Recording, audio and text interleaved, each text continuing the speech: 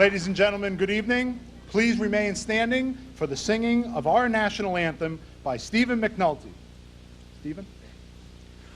Oh, say, can you see by the dawn's early light what so proudly we hailed at the twilight's last gleaming, whose broad stripes and bright stars through the perilous fight o'er the ramparts we watched were so gallantly streaming, and the rockets' red glare, the bombs bursting in air, gave proof through the night that our flag was still there. Oh, say, does that star-spangled banner yet wave o'er the land of the free and the home of the brave?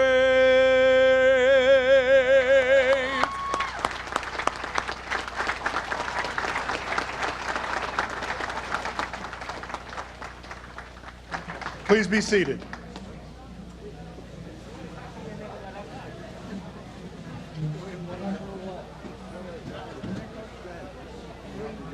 Where do you sit? Ready? Yeah.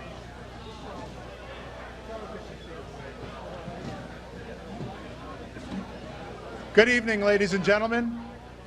If I can have everybody's attention, we'll get the ceremony started.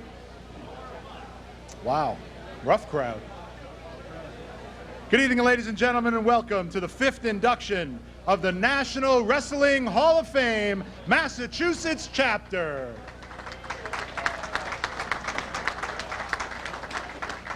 I'd like to begin this evening by answering the #1 question that you all have. The restrooms are straight out the doors, down the stairs, take your right. You can't miss them. Okay, now that we got that taken care of, tonight my goal is to steer you through an ocean full of reminiscing and old stories. Hopefully all of them short old stories. A quick apology to Myron Alukian, Dick Yule for spelling errors in the program. Sorry, we're just not perfect. And a thank you to Carl Montiero for his tribute to Bob Skelton, and also John Giella, Tyler, and Christopher Mahegan for their tributes to Tim Walsh that arrived to me too late to get them in the program. So thank you very much. Now that that's taken care of, let me introduce our platform party, a distinguished bunch they are. To my right, your left, at the end of our table, the son of Francis Millard, one of tonight's inductees, who is obviously no longer with us. Joining us tonight to represent his father from North Adams, Massachusetts, please welcome Francis Millard.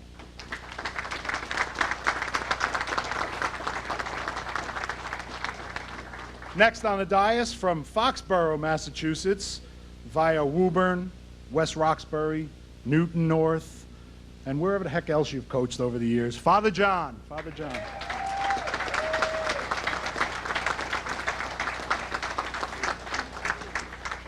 And our chapter secretary, Teddy Neal. Ted?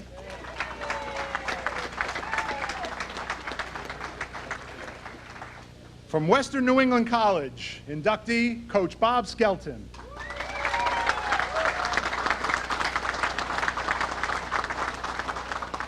Coach of the United States Olympic and Pan America teams and 1956 Olympian, Coach Jim Peckham.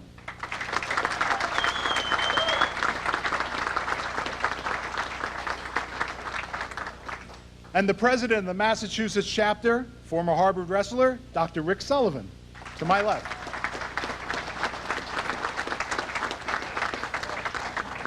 From Melrose, Massachusetts, or wherever there's a wrestling match that needs a referee, Denny Mulvihill.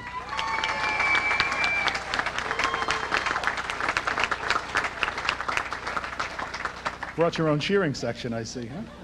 That's good. Well, your wife was a cheerleader, too. I know that, right? From the National Wrestling Hall of Fame, State Chapter Director from Manheim, Pennsylvania, Mike Clare.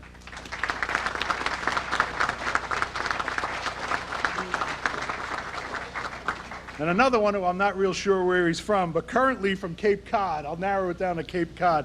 Coach Tim Walsh.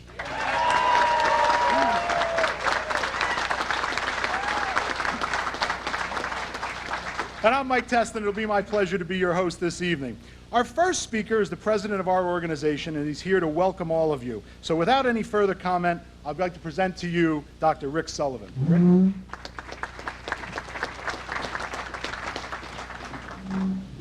Good evening, ladies and gentlemen. Welcome to the annual dinner of the Massachusetts chapter of the National Wrestling Hall of Fame, honoring 5 men who have all made important contributions to the continuing growth, popularity, and quality of wrestling in Massachusetts. I'll try to make a somewhat smaller contribution by keeping my remarks short and sitting down.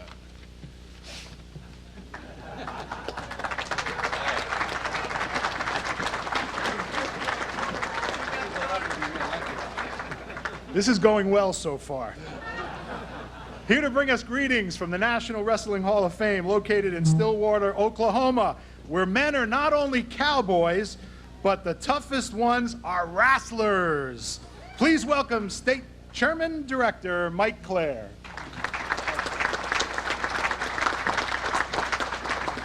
Good evening. On behalf of the Board of Governors of the National Wrestling Hall of Fame, I bring welcome from our National Wrestling Hall of Fame, a beautiful 17,000 square foot building on the campus of Oklahoma State.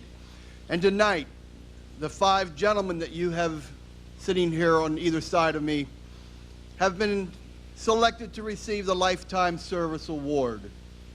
What is the Lifetime Service Award?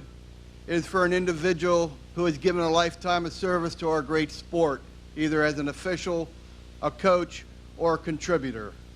Tonight, they will take their rightful place in the history of wrestling along other notable people, especially distinguished member Jim Peckham.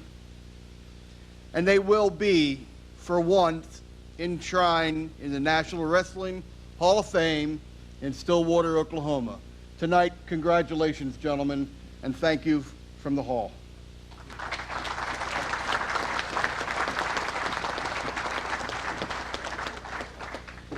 You know, a good thing the Hall of Fame is in Stillwater, Oklahoma, because other than a big football stadium next to it, Bobby's shaking his head, there's not much else there. So if you ever get the chance to get to Stillwater, Oklahoma, check out the Hall of Fame. You're going to love it. All of our inductees' names will be enshrined on the walls there. And although if you drive there, do it in the daytime, because I left at about 4 o'clock in the morning to try to go to Oklahoma City to get to the airport to get back here to Boston. And when I left the traffic light at Oklahoma State, that was the last light I saw for about an hour. And I'll tell you, myself and the Lord were the only ones on that highway that night, because I couldn't get to Oklahoma City quick enough. And speaking of the Lord, how's that? Good transition? Back again at his 5th induction ceremony. And by the way, he told me last time, when the heck am I going to get in that thing? I've done them 4 times already. I've spoken. When am I going to become a member? Well, tonight's your night. Ladies and gentlemen, to give us our blessing, Father John McLaughlin.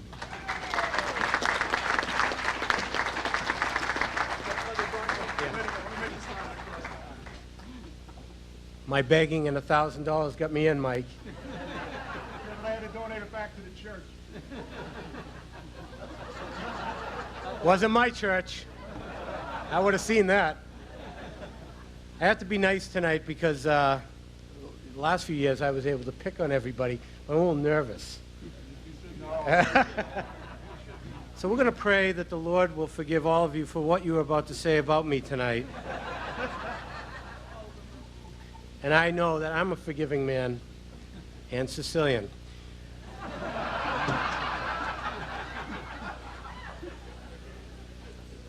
But tonight, in a special way, been writing to Myron Roderick, who's one of the great gods of wrestling, who recently had a stroke, and I I think in a special way tonight we should pray for Myron, who's been great, a great man for our sport, and also take a moment of silence for members of our wrestling community have lost this year, fathers and mothers, and whom we've prayed for, and I think we should take a moment to pray for all of those and those wrestlers who've gone before us.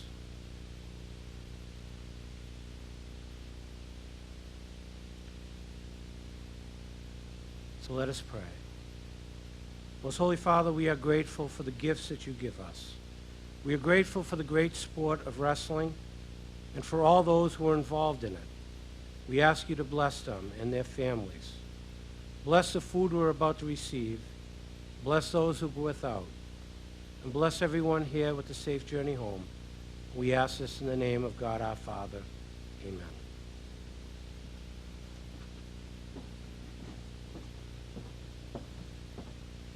Well, I think I get a chance to say the best thing that anybody's going to say all night. Ladies and gentlemen, dinner's served. Bon appetit.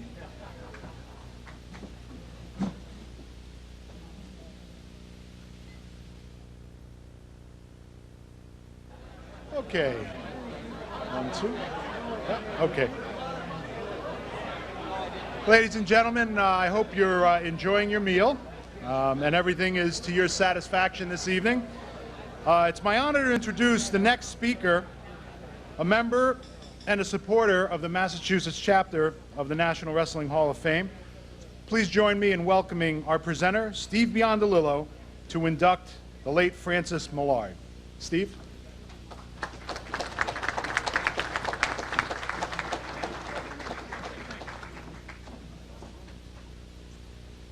Good evening, everyone. It's my great honor and privilege to present Francis Millard's son, Fran Millard, who is at the end of the table. And I just have to get a couple of comments off, right off the top here.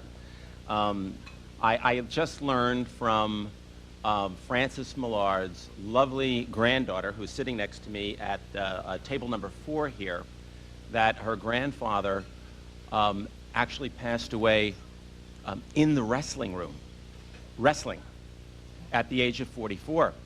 And now, I don't know about the rest of you, but, in terms of being a wrestler, there's only 2 ways that I want to go. And that's one of them. All right. Isn't that good? You can imagine what the other way is. Yes. Okay.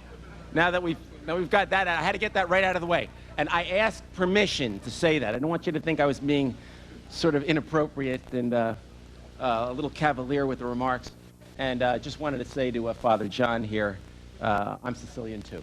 So I don't know where the Sicilian thing came from, but I figured I'd earn some points with the big guy tonight for being Sicilian once and for all. Three incredible points of distinction about the life of Francis Millard. One, he was the dominant lightweight of his era in the United States. And again, look around the room and see a lot of guys about my size here. It's one of the few places that you can actually look around the room and see that. And I was a 136-pound wrestler, and I feel pretty good about that, that he was the man in the first half of the century in the United States at that lightweight. So that's a phenomenal accomplishment. Secondly, he is the only Massachusetts-born Olympic medalist and Massachusetts-born world champion. Think about that for a second. The only one.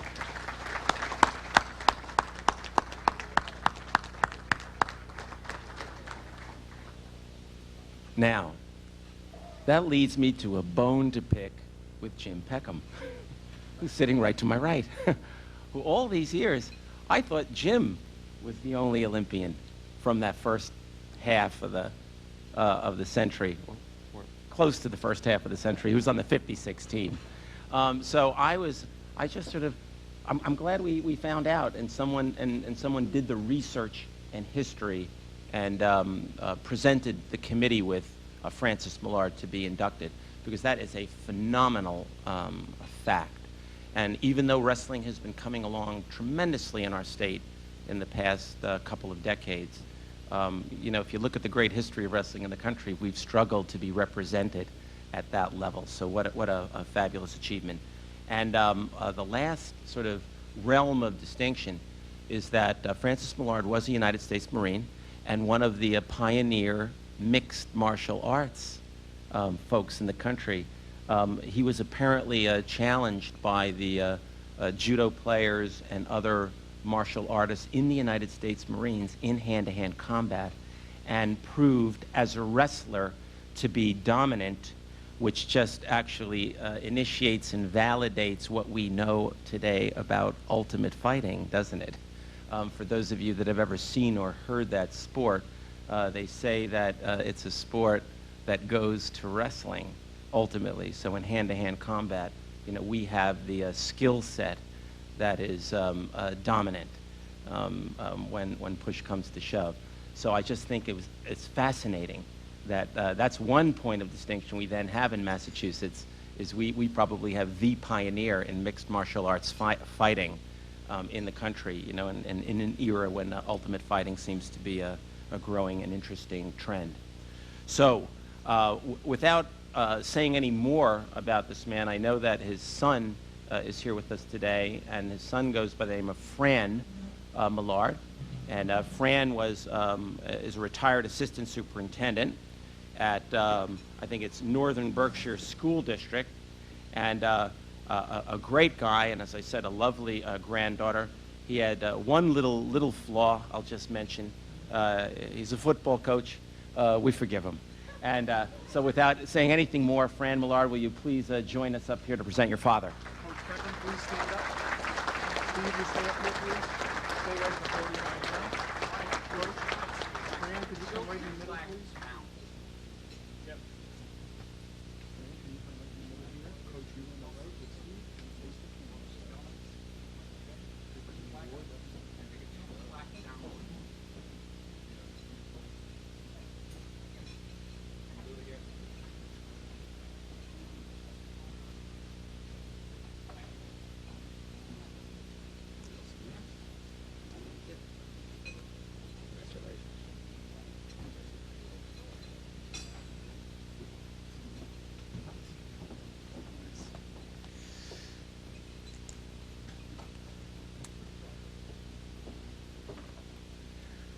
First of all, I'd like to congratulate the other honorees here this evening and their families. Congratulations to all of you.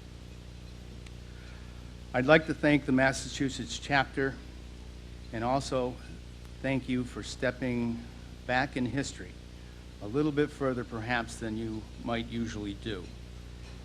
I think you mentioned Oklahoma, and you know, these names are on the way to Oklahoma. Picture mid-1930s, a 1920 car, 3 guys jumping in it to go wrestle the AAU championships at Oklahoma A&M. I mean, that took some desire and some fortitude.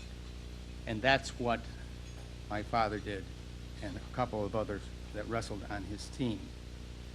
Francis Frank Millard came from a small town and a small but very good YMCA and YMCA wrestling team.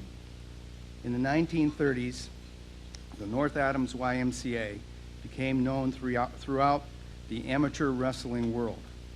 My father and many other young men there began competing at a very early age. In 1932, shortly after his 18th birthday, Frank Millard won the New England Championship and the New England Olympic trials. Although he was not successful in making that Olympic team bound for Los Angeles, 2 things did occur at that time. One, he was befriended by a coach who saw something special in him. This began a long and continued correspondence that provided my father with solid technical and conditioning information.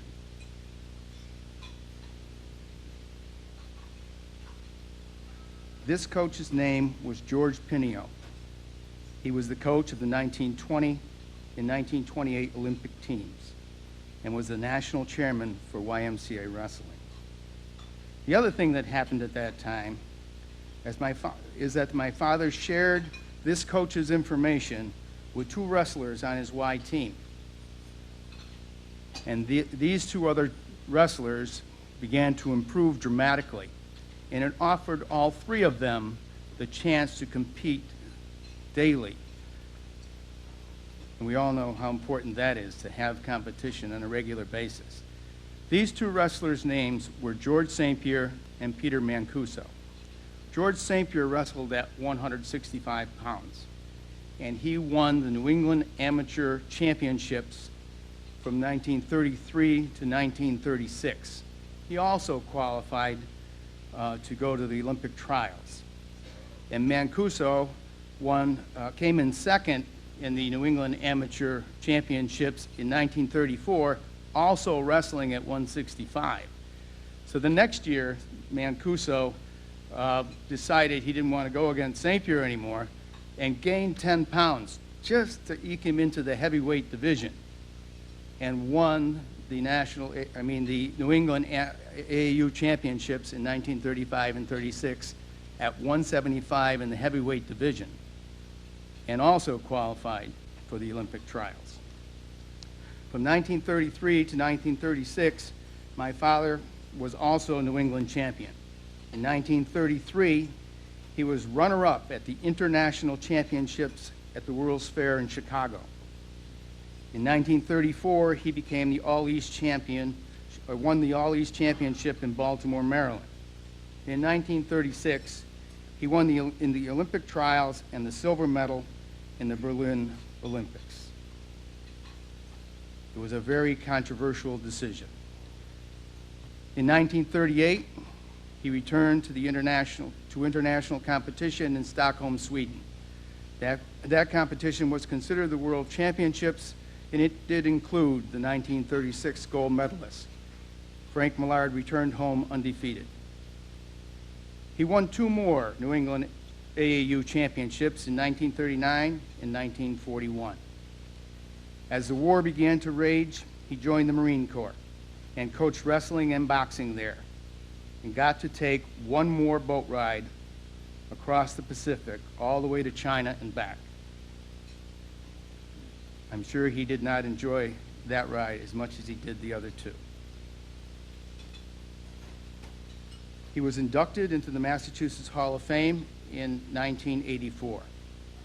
Frank Millard died of a heart attack in 1958 at the age of 44 while working out with college students at the YMCA he loved. He was a quiet man with a great sense of humor. He had many loyal friends, and he was an avid fisherman and hunter. He was a very humble individual. Upon arrival back in the United States in 1936, George Pinio said to a reporter that Francis Millard was victim to one of the most vicious judicial decisions in international competition, that he considered him one of the 3 best American amateur wrestlers of all time. My father was interviewed by the same reporter a short time later, where he declined to comment on Mr. Pinio's remarks and also declined to comment on the Berlin decision, but was quoted as saying that the Olympic experience was the greatest experience of his life. I can remember people trying to get him to speak about his experiences and his accomplishments, and he would always turn the conversation to other subjects. He would simply be mortified at a gathering such as this tonight, but as his son and tonight's spokesperson for his family, we are most grateful for the recognition. Thank you.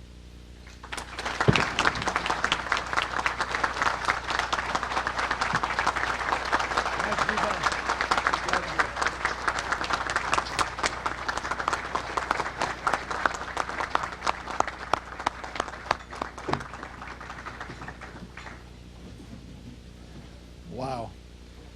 Tim Walsh was just saying, Mike, you do so much work to put this on. I said, Tim, to sit on this dais with these distinguished people, that's what it's all about. It's just, that's why it's worth it. That's why we do it. Ladies and gentlemen, the main course is going to be served. Please enjoy. Thank you.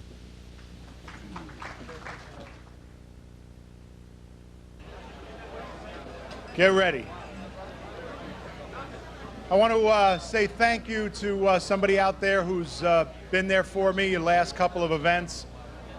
The only guy I know that'll put a skirt on for me, when asked. And he just became a Rhode Island State Trooper. Mike Capone, thank you once again for playing the bagpipes tonight. Mike Capone. Only I could find an Italian bagpiper, you know, go figure. All right. Well, our next inductee and I share a lot of things in common. Our roots began in New Jersey, where wrestling is king. Any Friday night in any high school gym, there's a packed house for that night's match. And we both came to Massachusetts and coached for a couple of years, and then went on to referee. Denny was a mentor to me, and most importantly, taught most of us in refereeing in Massachusetts how to call stalling. You know, as a heavyweight, as long as I was on the mat breathing and not looking up at the lights, to me that was wrestling. You know, that was what we did. But when I became a referee with Denny, he told me that that wasn't it. And I think those of you who understand Boston politics, Denny comes from the James Michael Curley School of Stalling.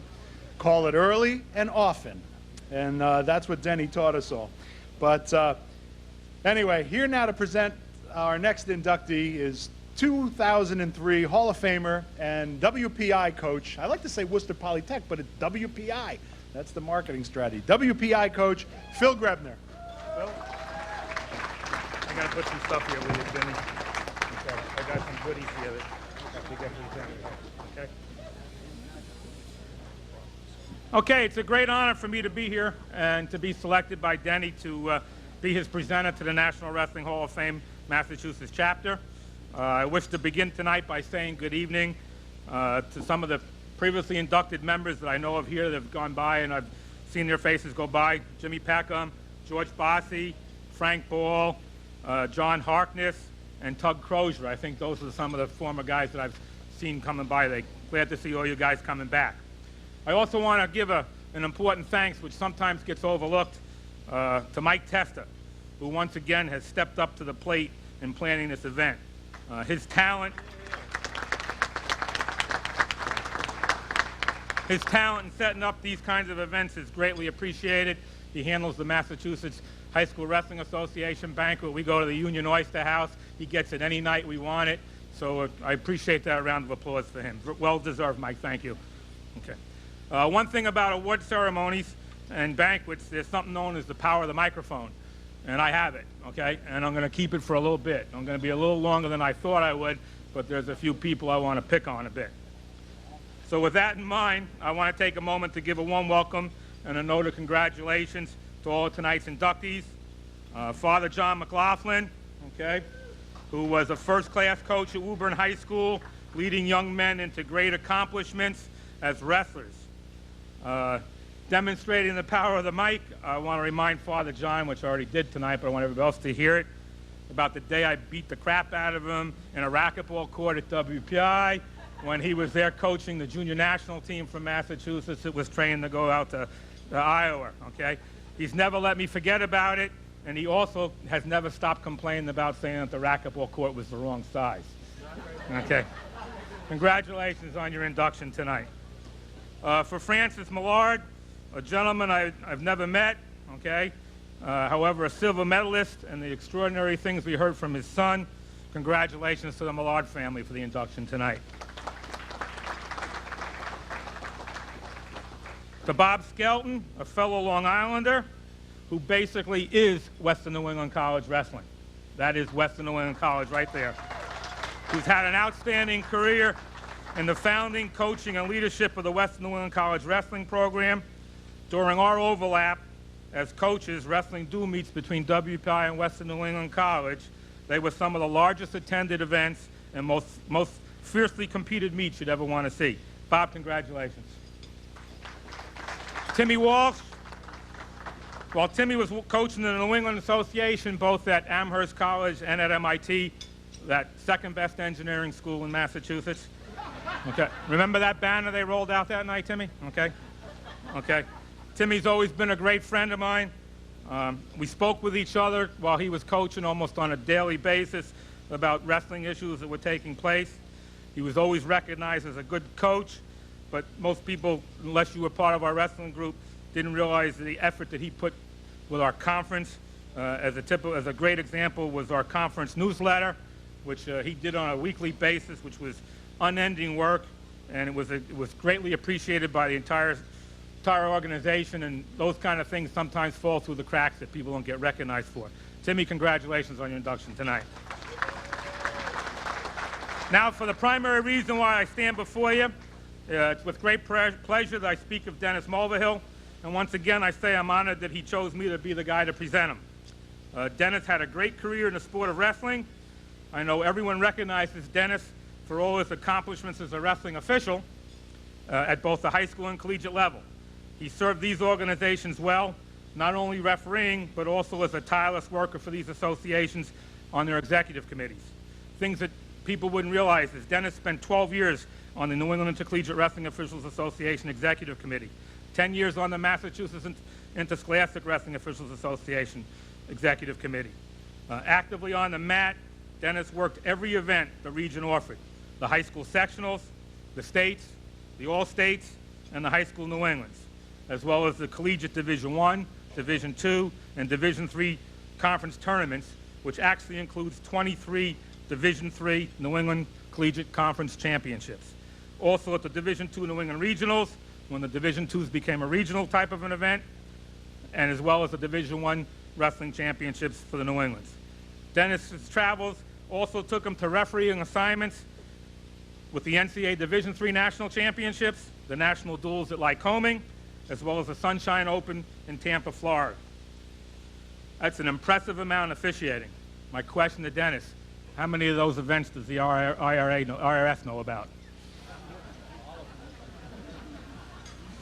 Jokes aside, this amount of work is a true indicator that the coaches felt Dennis is one of the best, and as important to his good mechanics, his positioning, and his judgment on his calls is his integrity.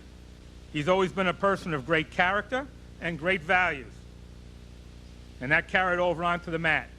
It was always Dennis's intentions to do right by the student athletes and to have every bout be wrestled with sportsmanship and fair play, qualities that Dennis carries on every day in life.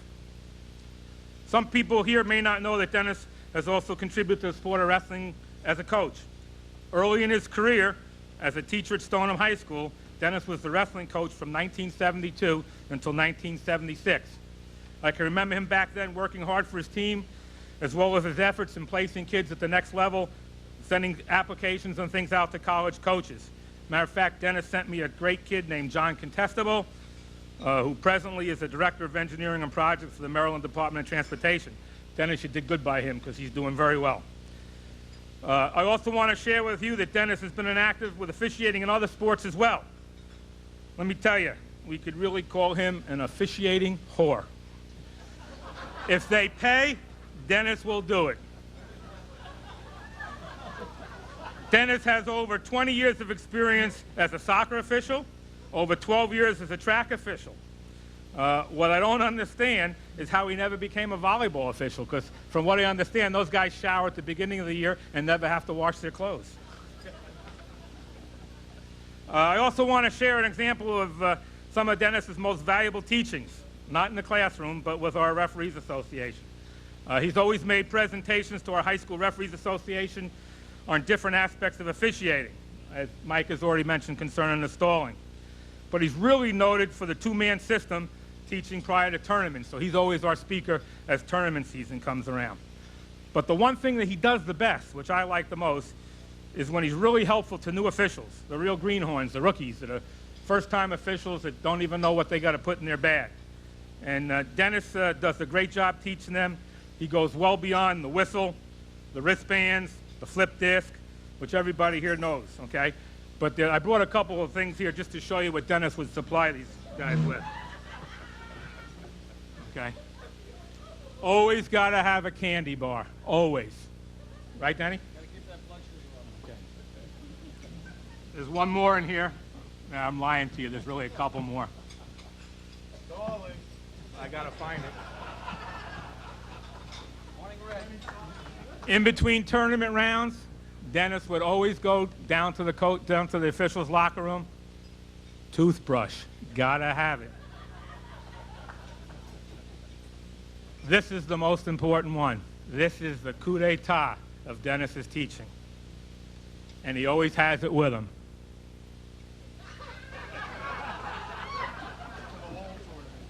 Oh, that's coming now.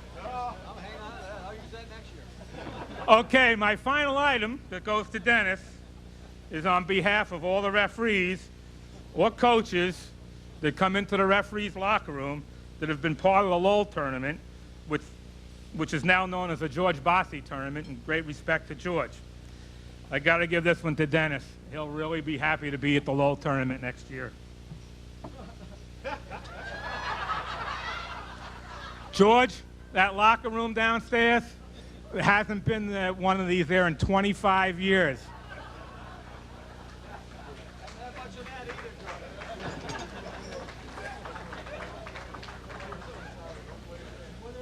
With all the officiating Dennis has done, he is well aware that officials and umpires joke that no matter what they call, you're only 50% correct in the eyes of the spectators.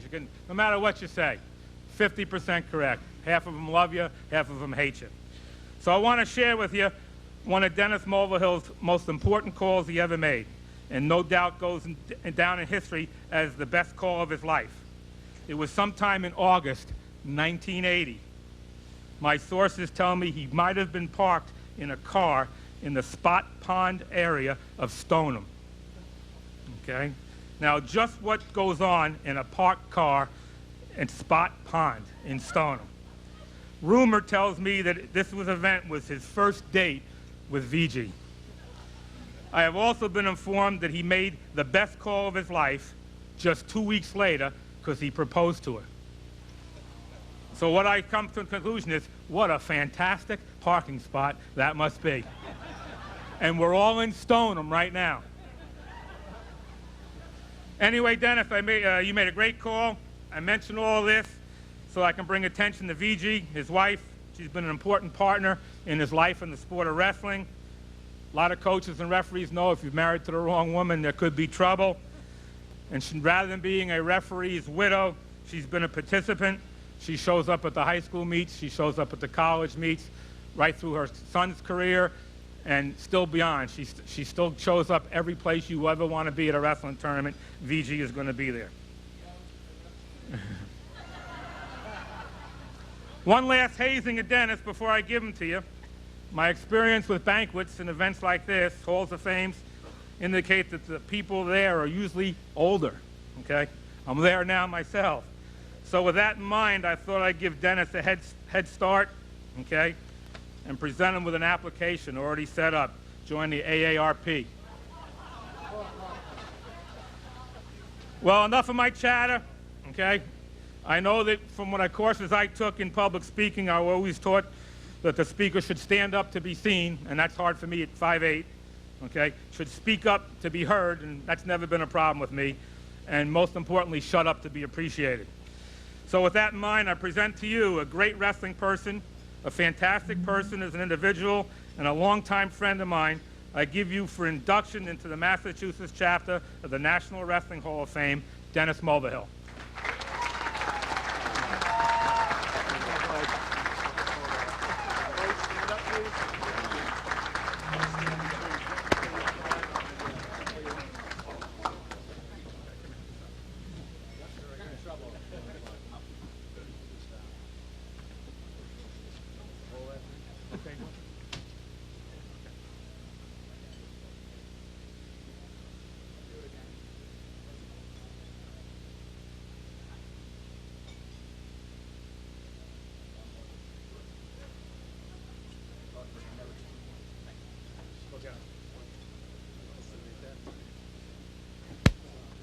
I'm wondering if they got Rick's head in that picture, me being so tall.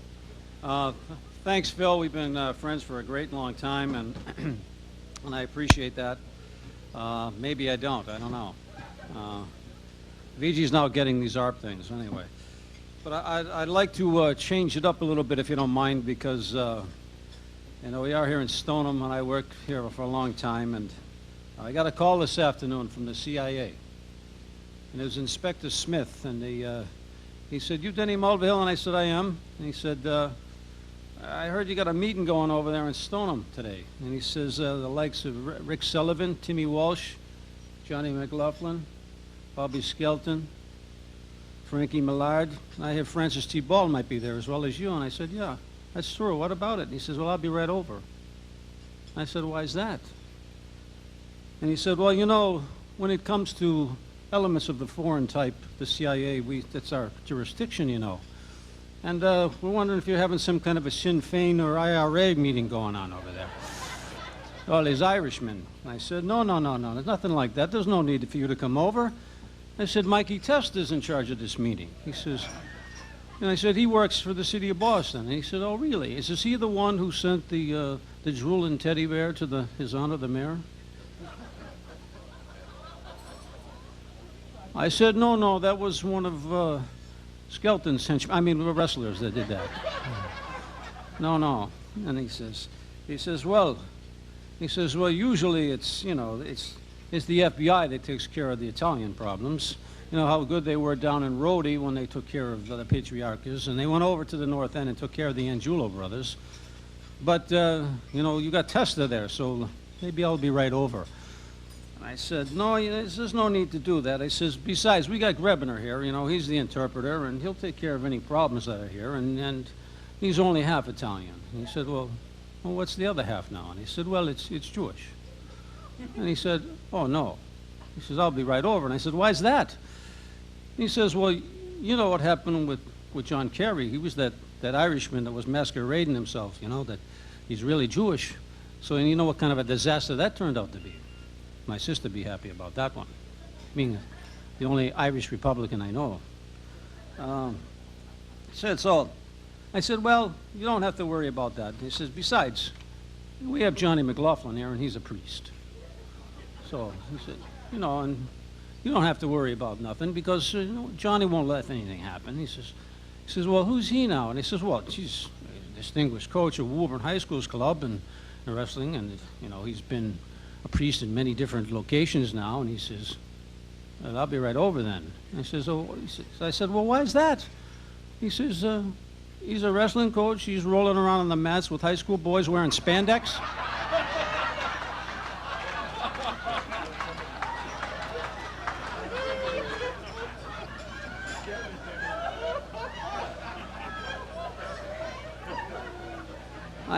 I said, no, he's not that kind of fella. I said, no. Not that kind of fella, I said. He says, you don't have to worry about Johnny. He's a straight shooter, I said, you know. And he says, well, and I said, besides, if there's any problems, you know, I mean, Frankie Millard, he's not here to talk for himself anyway. He says, well, why is that? And I said, well, he's a great coach and a great guy and a great wrestler, but he's passed on. There was a long pause, and he says, you mean your members are beginning to disappear at this meeting? He says, I'll be right over. And I said, no, there's no need to do that. And he said, besides, I said, you know, Bobby Skelton, he's from the West, and he's got everything under control from out there. And I said, and he says, well, how's that? And I said, well, you know, I can take care of him. I've been a referee for a very long time. And let me give you an example. Back in 1984, I'm at the New England tournament. Of course, it was at WPI. Things like everything's at WPI. And they said it was the second day, and Bobby's team was, well, they were having a tough time. And one of his wrestlers, he's crawling off the mat, and I teed him up. I hit him for fleeing the mat, you know. And I didn't really want to look around, and I looked up, and here comes Bobby. He's coming around the mat to me, and he looks at me and says, now, what'd you call that for? And I said, well, he was fleeing the mat. And we got into a discussion. And so I said, I'll show you. So I jumped on the mat, and I'm crawling around like an alligator on Resolite, and I looked up, and there's that red-beard Santa Claus looking at me. And I said, oh, boy, what a picture this must be for everybody. He says, well, what happened next? They said, well, he went and he sat down. And they said, it was good for me, though, because everybody, one of the coaches that were there, they were watching, and I got elected to do this tournament for 10 more years after that call. So, and I said, but don't worry. He says, that's really not the problem here. I said, the real fire starter is that guy, Timmy Walsh. He says, Timmy Walsh, I don't know him. He says, well, he was the MIT coach for a long time, but he's a fire starter. He goes, what do you mean by that? I said, well, I have to go back to 1980 now, when the tournament was at WPI. Always at WPI. Grabner wants all of his wrestlers there. And I said, it's the end of the first day, and I'm a rookie there. This is my first year. And I said, I'm up there, and I got a shower, and I'm all cleaned up and ready to go. The referees are going to go out to eat, you know, and little knock on the door of our locker room, and I'm standing by the door and open up, and there's good old Timmy there. He says, Dave Camione in there? He says, you know, the arrogant one? I said, well, he says, yeah. He says, well, get him out here. So I said, Davey, Timmy Walsh is here for you.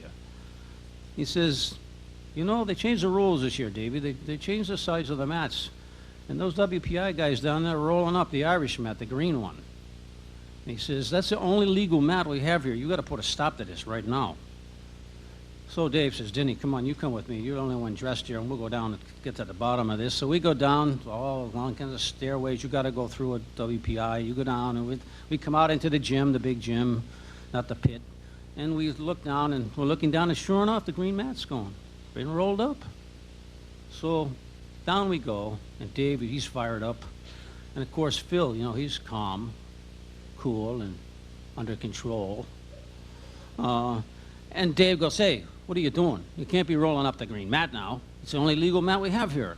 And Phil says, well, my boss, my AD, he's going to have the maroon mats out. We're not going to have any green mat for the finals. The next thing I know, they're nose to nose. Well, the toughest match I refereed in that tournament was that one. And finally, it took me 5 or 6 minutes to calm them down. And I took a head count. He said, there's only 3 of us here. Well, where's that Timmy Walsh? I looked around. I didn't see him. I look up the top of the bleachers, and heading for the doorway, I see the back of Timmy's head going on out to start another fire somewhere else. I never got to thank you for that one, Tim. That didn't get me very many votes either. I wasn't very helpful. So I said, he said, well, if that's the case, you got those kind of problems. Smitty, the inspector, said, I'll be right over. I said, not to worry. He says, why is that? And I says, because we got Jimmy Peckham here. He says, oh, I've heard of him. He says, yeah. I said, you know, once Jimmy starts talking in a leprechaun's minute, everyone will be asleep. He says, yeah, I know. He says, have a nice meeting. I won't be coming over.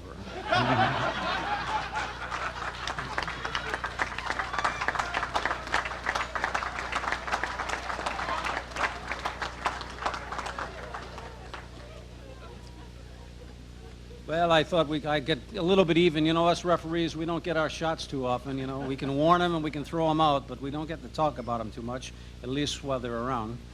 But I want to thank Phil for giving me that nice introduction. I want to thank the committee for voting us all in up here. And I kind of felt I had a lot of connection with these guys because not all of them know each other very well. And of course, there's, you know, Francis Ball, who's here, and he was my mentor. And he and Vi are here in the front. I want to thank them. They've always been great friends to me. And Frank has always been popular. Everywhere he goes, when I was coaching with him, the other coaches just, they loved to be near Frank. And it wasn't because of his wrestling ability and how well he was doing and all. It was Frank always told jokes. He always had a joke. And I never heard him in 2 years that I was with him, and all the times after that when I wasn't with him, I never heard him tell the same joke. So he was amazing. He has amazing memory. I can't remember the jokes. But there is one that I do remember. And it had John McLaughlin in it. And it's John, and he's, you know, he's a new priest, and he's in a confessional booth. And the old drunk Mulvihill, he shows up, and he sits in the booth. So Johnny, he opens the little door, and he waits. Nothing's happening. So he waits. No, you can hear fidgeting over there, but nothing's happening. So gives a little knock on the wood, you know. Anybody home? You know, like, nothing happens. Nobody's talking. Nobody's saying anything. So he knocks a little louder. Nothing. So he starts pounding on the wood, you know. Hey, what's going on over there? Hey, you know, you can pound all you want, but there's no paper on this side either, said old Mulvihill. That's why you bring your own.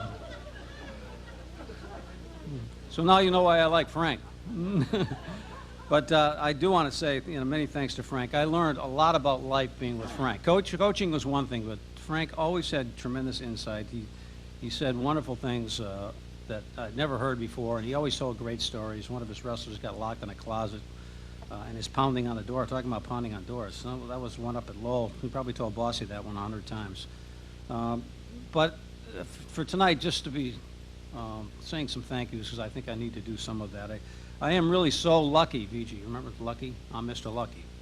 I'm so lucky to be married to a woman who's passionate about the sport, which you love, and to put up with it. And I think really she's much more popular in wrestling circles than I am by far. There's no question in my mind about that. I see Larry over there smiling, and Joe Lev, and she's very happy tonight because she's been looking for Otis for months, and he's here. So it's great to have that. It's great. My sisters are here. They can wave. Alice and Kathy, my two sisters, and they've always been great wrestling fans. And, my brother John, who's here tonight, he wrestled from Melrose High, and his wife Pam. He gets embarrassed, but he's probably the only Melrose wrestler. I mean, he didn't win all the tournaments that my brother Bill did, but he's the only Melrose wrestler that never lost a match in his last 3 years of varsity dual meets. He got tied twice because he used to have ties then, but he never lost a match, so he had a pretty incredible record. So he's here tonight with his wife, and they've been great supporters of wrestling. He did referee for a short time, too, so must be a good guy. I have two sons who both wrestled in high school, and Steve, Ed and Steve, and then Steve wrestled at Trinity College. And I want to thank Sebi. Sebi's here tonight. His coach, Sebi Amato, is retiring. He's at 19 years at Trinity, and when Trinity was nothing, Sebi took over, and the only time in the history that Trinity had wrestling, Sebi was the coach. So he had a great career there, and he and Gary Alford are both leaving. So,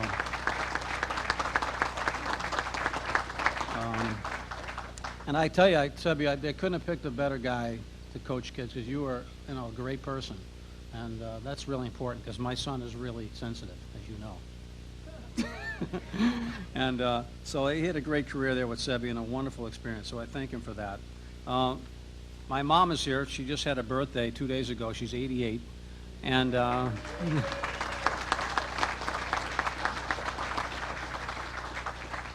I thank her and my father. I wish my dad was here because they were the two of the people of a group of parents that started the Melrose High School Wrestling Boosters Club, which is still the oldest boosters club in the city of Melrose. And so they have always been great supporters of wrestling and so forth. The only thing that they did wrong was they moved me to New Jersey the day before I started high school, and I got the crap beat out of me for 4 years. So I don't really thank them that. And then they had the gall to move back to Massachusetts, where my two brothers got to wrestle and beat the crap out of a lot of other people. So I took a lot of beatings for those guys. But I do thank them that.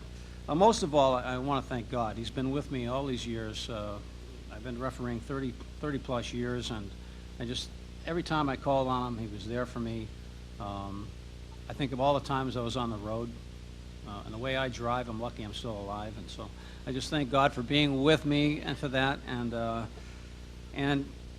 just giving me the mental ability to persevere and to stick with it all of those years. And I've really been blessed. It's so much fun. I've had a great time.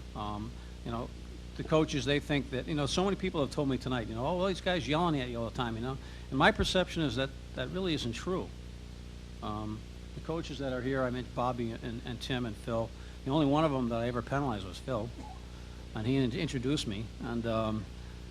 And it really isn't like that much. I really enjoy the coaches. There are good coaches here, John Stallo and all the guys over there, Lev and Larry, and there's so many high school coaches. I consider them all my friends, and it's been a lot of fun working with them and had a lot of great fun, and I still do, though I'm still doing high school and not doing college anymore. It's fun to deal with all these people. It's great. And the referees are over there, some of my good friends. Bobby Gurman's over there, and Phil Gormley.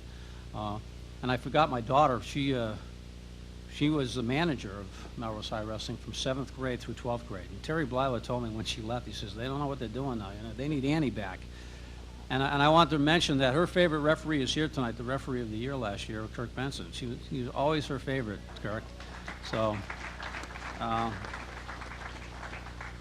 the thing with her was she used to come home and then evaluate the referees and tell me about it. And I said, too much information, Annie, you know, and she's very critical that way. But anyway, it's always been great. I've had so many friends.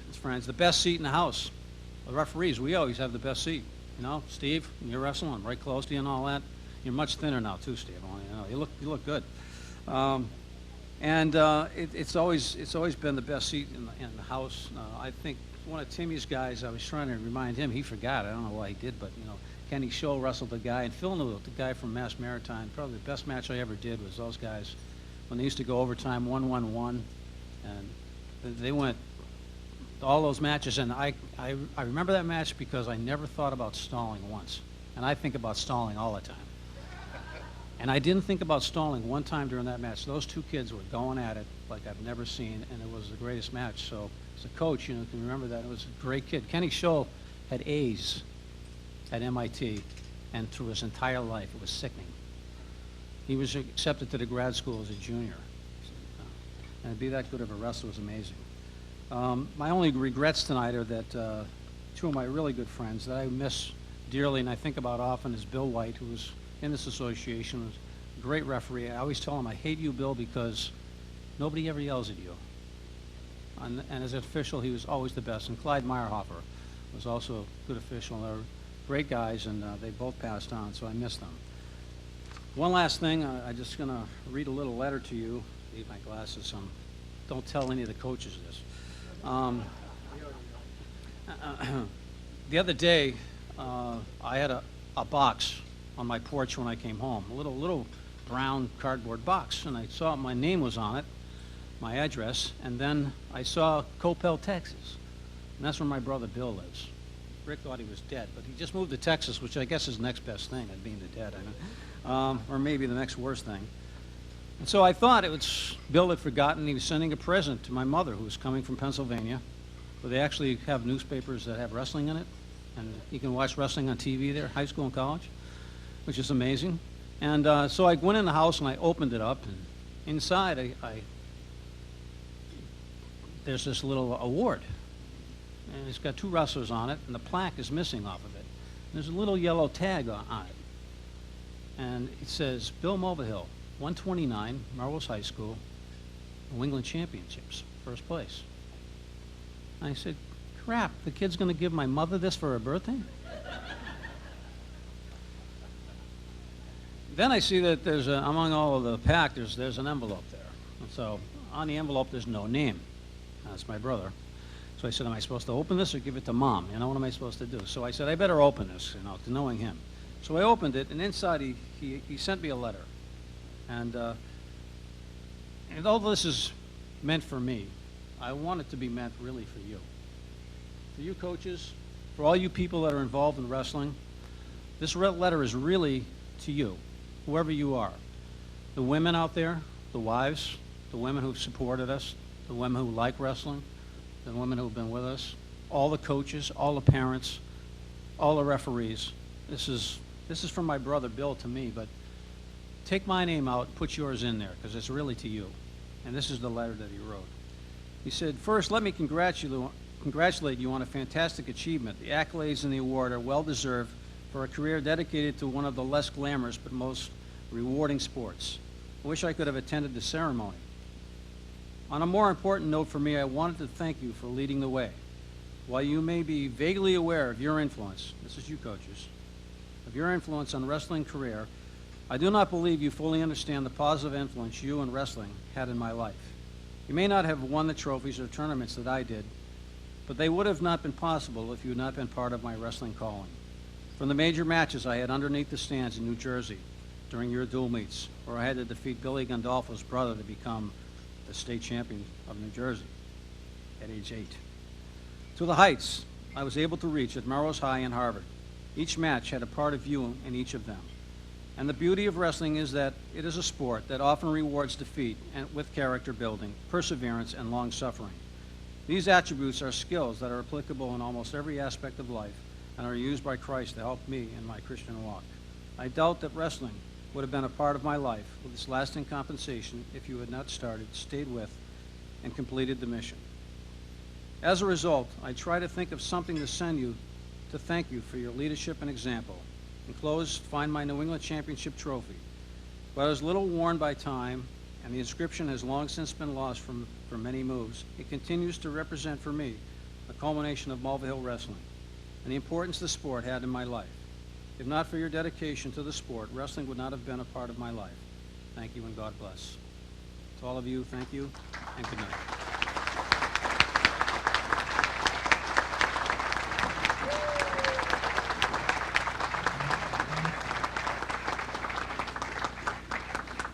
Two quick things. A history class at Stoneham High School is about 45 minutes long. Denny, it's good to see you didn't veer off of that at all to get us through tonight. And point of clarification, Grebby, you're from Worcester.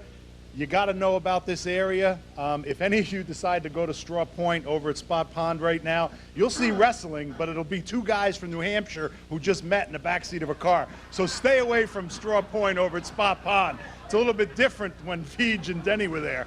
All right, please. Sebi, I know you're from Connecticut, Sebi. Don't go to Straw Point, all right? Stay away from there. Capone's not a ranger anymore. I can't send him over to arrest those guys. All right, anyway, I'm going to veer off of my script because I want to get things moving a little bit. Next person to present the next inductee, a gentleman who I consider my New England father. He took me under his arm in 1976 when I came to Boston. My coach and my friend, Coach Jim Peckham.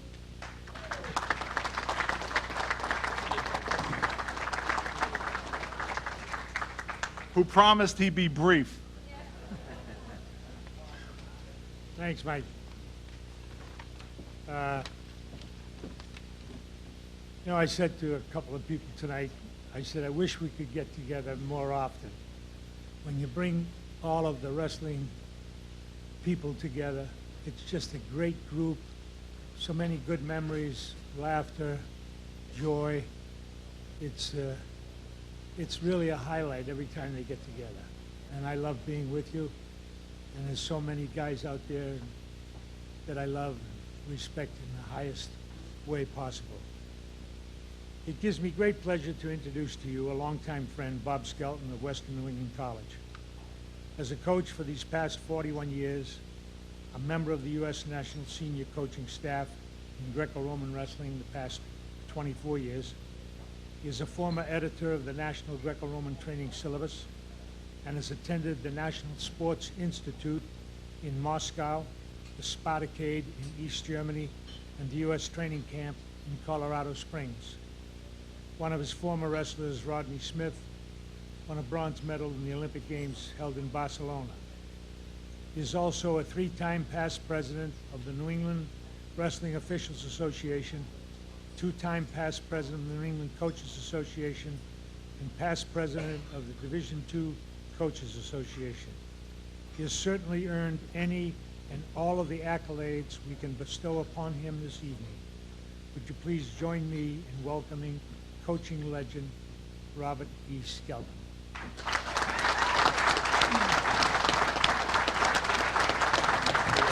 on over here. You can leave that there. Present that to Bob. We'll take a photo on this side. One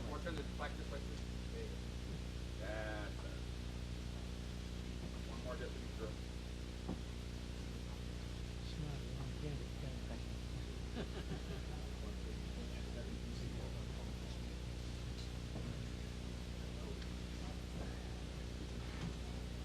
Coach, thank you.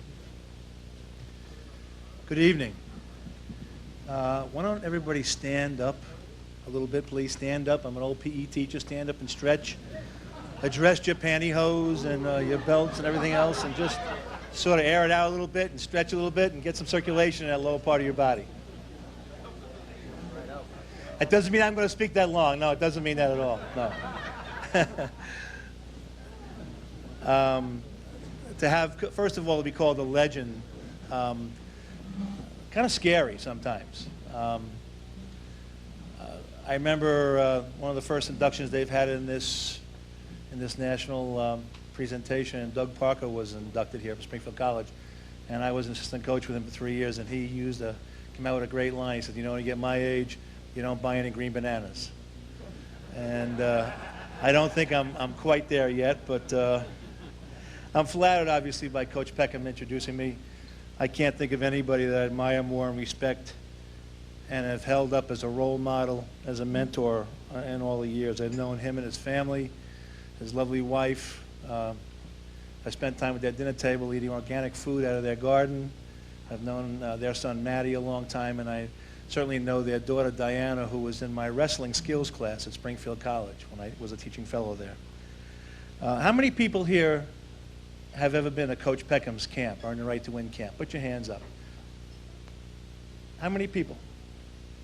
An absolute unbelievable experience. I try to send all my college kids there, and they have some unbelievable stories. But again, thank you, Coach. I'm extremely humbled. Thank you.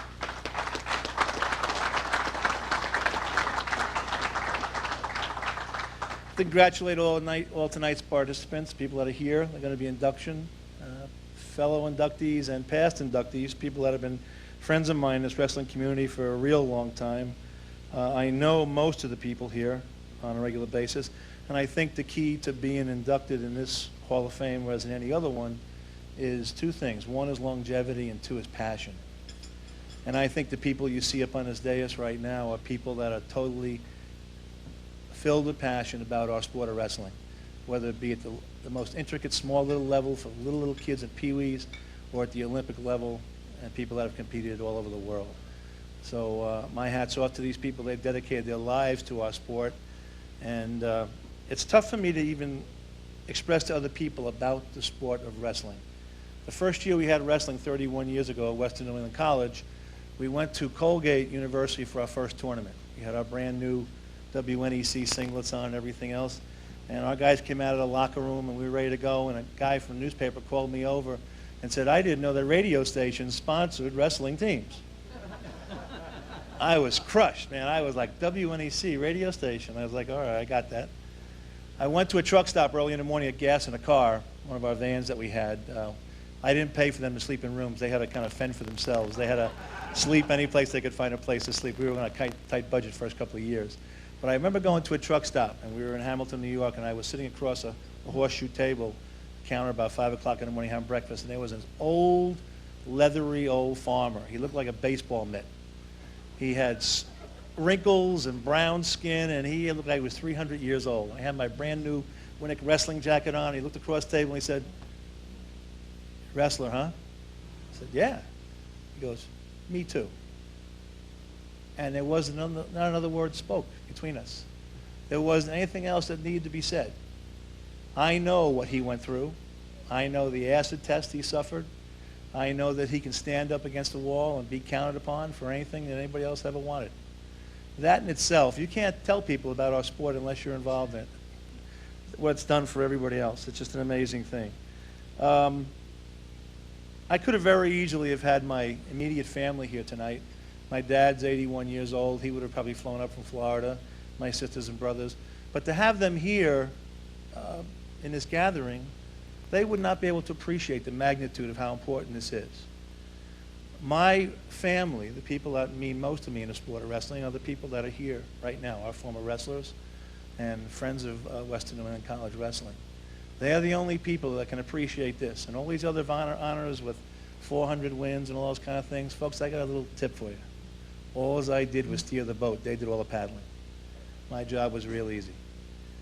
Some high school coach lit them up and put a big flame under their butts, and all I had to do was add a little bit of oxygen to it, and they took off. And they made me look real good for a long time. And really, the reason I'm getting this award is because of these kind of people that are here tonight and our other Winnick family. Two of the things that I'm probably the most proud of are the fact that we have 46 of our alumni that are out there coaching right now, or have coached. 3 at the college level. You've heard great accolades about Sebi Amato, who's retiring. He was a New England champion for us. He's retiring. He won the New Englands. He beat Springfield. He was coach of the year. He's had numerous All-Americans. Easy, Larry. Take it easy. Larry Chumley just woke up over there for a split second. I mentioned Springfield College. He jumped out of his seat. I happened to coach Larry when he was at Springfield College, when I was a graduate assistant at Springfield College. But Sebi, Brian Brunk, coach at Messiah, Tommy Late, head coach at MIT. Those are just a few of the 46 people that we have out there. And I think that's the most important thing about our sport, that you give back to our sport of wrestling. Because right now, the torches for us up here are burning pretty dim. You know, I won't say they're out, but they're not as bright as they used to be 25, 30 years ago. And right now we've got to pass this torch on to some other people. People that are carrying our tradition and carry on the things that we know and love about our sport. So it's kind of a challenge I throw out to the young coaches that are here, the guys that still have hair and aren't overweight, to carry the torch and to move forward with it. That's the big thing about our sport. I'd like to introduce a couple of my Winnick family that's here right now with us. I'm going to ask them to stand, not by name, but what their accomplishments have been. I've got many of the kids came pretty far, or many men came pretty far to see us tonight. Can I have the All-Americans from Western New England stand up? Can I have the New England champions from Western New England College stand up? Can I have the all-New England wrestlers, place winners, please stand up? And the rest of the Winnick family.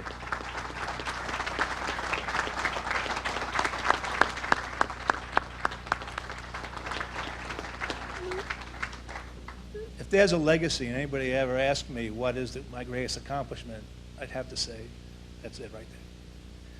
And not their wrestling ability or the fact that we've had 36 academic All-Americans, and those are really important things, but the fact of the quality of individual what they've turned out to be. What they've given back to our sport and what they give to society. They're great citizens, and I'm really, really proud of them. It's kind of a bittersweet time for me to be here. Tonight's the Winnick Sports Banquet. It's the first one I've missed in 31 years. I apologize for getting emotional. I really haven't dealt with the fact that I'm not there yet. I've had to retire as a result of an injury. I've had spinal fusion. I have peripheral neuropathy in both my legs. And if I didn't stop coaching, I'd be in a wheelchair. So it was time to get out. I wasn't quite ready to retire, but it's something I had to do. So it's very, very bittersweet. I talked to one of my teammates that works in my building. I'm also a vice principal of public school. I'm retiring this year because I've realized now that when there's a fight in the building, when the 80-year-old aides can outrun you to the fight, it's time to get out and retire. But I was talking to one of the wrestlers, Carl Montero, who works in my building, and I said, you know, this is sort of like the last flower in the bouquet. He goes, Coach, you're not going to say that in front of a whole room full of wrestlers, are you? I said, yeah, but they'll understand that. He goes, Coach, that's wrong. You can't talk about flowers in front of wrestlers, you know. And I think with the job as a middle school vice principal, I also suffer a little bit of anal glaucoma. I don't know if you know what that is, anal glaucoma, where I can't see myself dragging my ass into work tomorrow in any circumstances. I'm sorry, I could have thrown that in there. Bleep that out, please. I had to thank my wife for putting up with everything. As you know, there is no coach, if he's married, can be successful without a successful significant other. And to say that she's important she's the most important thing in my life. And without her, none of these accomplishments or accolades would have been possible without the latitude that she's provided me. She goes on European trips with us. She lifts weights. She runs in the morning. She's one of the guys. She's just a great person to be around. I love her dearly. I'm so glad to have her here tonight. In closing, I don't want to spend too much time up here, but again, I want to thank the committee for this great honor. This is truly a remarkable day in my life, and it really is especially meaningful knowing that it comes from my peers, people that are in our sport. And again, thank you so much for having me. I really appreciate this honor. God bless, and let's love wrestling together. Thank you.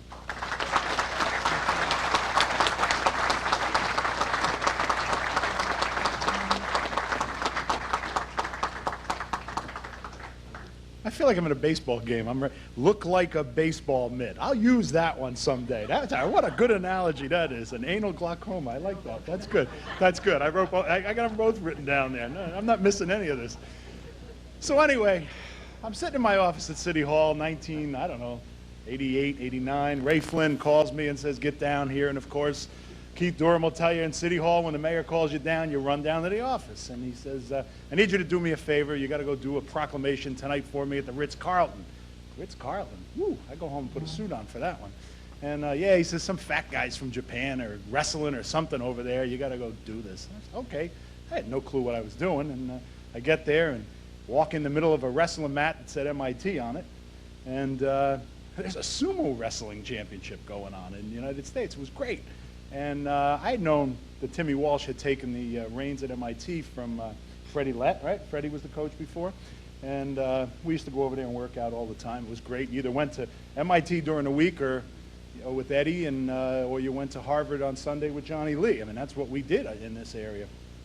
But so that day I go over there, and I count that as one of the luckiest days of my life, because I got to meet Timmy Walsh, and we took a team to Japan, and we hosted a couple of Japanese teams here over the years, and we hosted the Armenian national team. We coached the United States national team, and just a kid out of New Jersey. Got to do all these fun things because I met some of these guys at this head table, but I won't bore you anymore. Here to present Tim Walsh's induction is Tim's longtime partner in video production enterprises, Mr. Dick Ewell. Dick.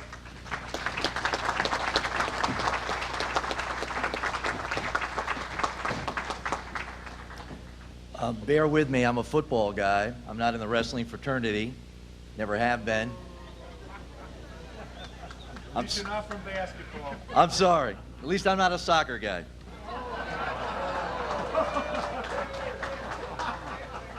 "16 years ago, I got a phone call. I was coaching football at MIT with Tim Walsh. And I want to relate the story only to tell you a little bit about his personality. He called me on the telephone and he said, "Coach Ewell, how are you?" I said, "I'm doing fine, Timmy." It was in February, March. He said, "Listen," he goes, "we got to go to Cincinnati together." I said, "Pardon me?" He said, "We got to go to Cincinnati." He said, "I want to take you to an offensive line clinic." I said, "Timmy, I'm the defensive coordinator at MIT. I said, "I don't want to go to Cincinnati for 2.5 days and listen to offensive line coaches." He says, "It's going to turn your whole life around." I said, "Timmy, I don't want to go." He keeps bugging me and bugging me and bugging me, and finally when Coach Walsh is on you, I said, "Okay, yes." I said, "I'll buy us 2 plane tickets." He said, "We'll go to Cincinnati." He goes, "I don't want to fly." I said, "Timmy, if it's a matter of money," I said, "I'll buy the 2 tickets." I go, "and I'll just charge them to my company." He goes, "No, no." He says, "We're going to drive." I said, "Timmy, it's 950 miles. It's going to take us 20 hours to get there." I go, "Are you crazy?"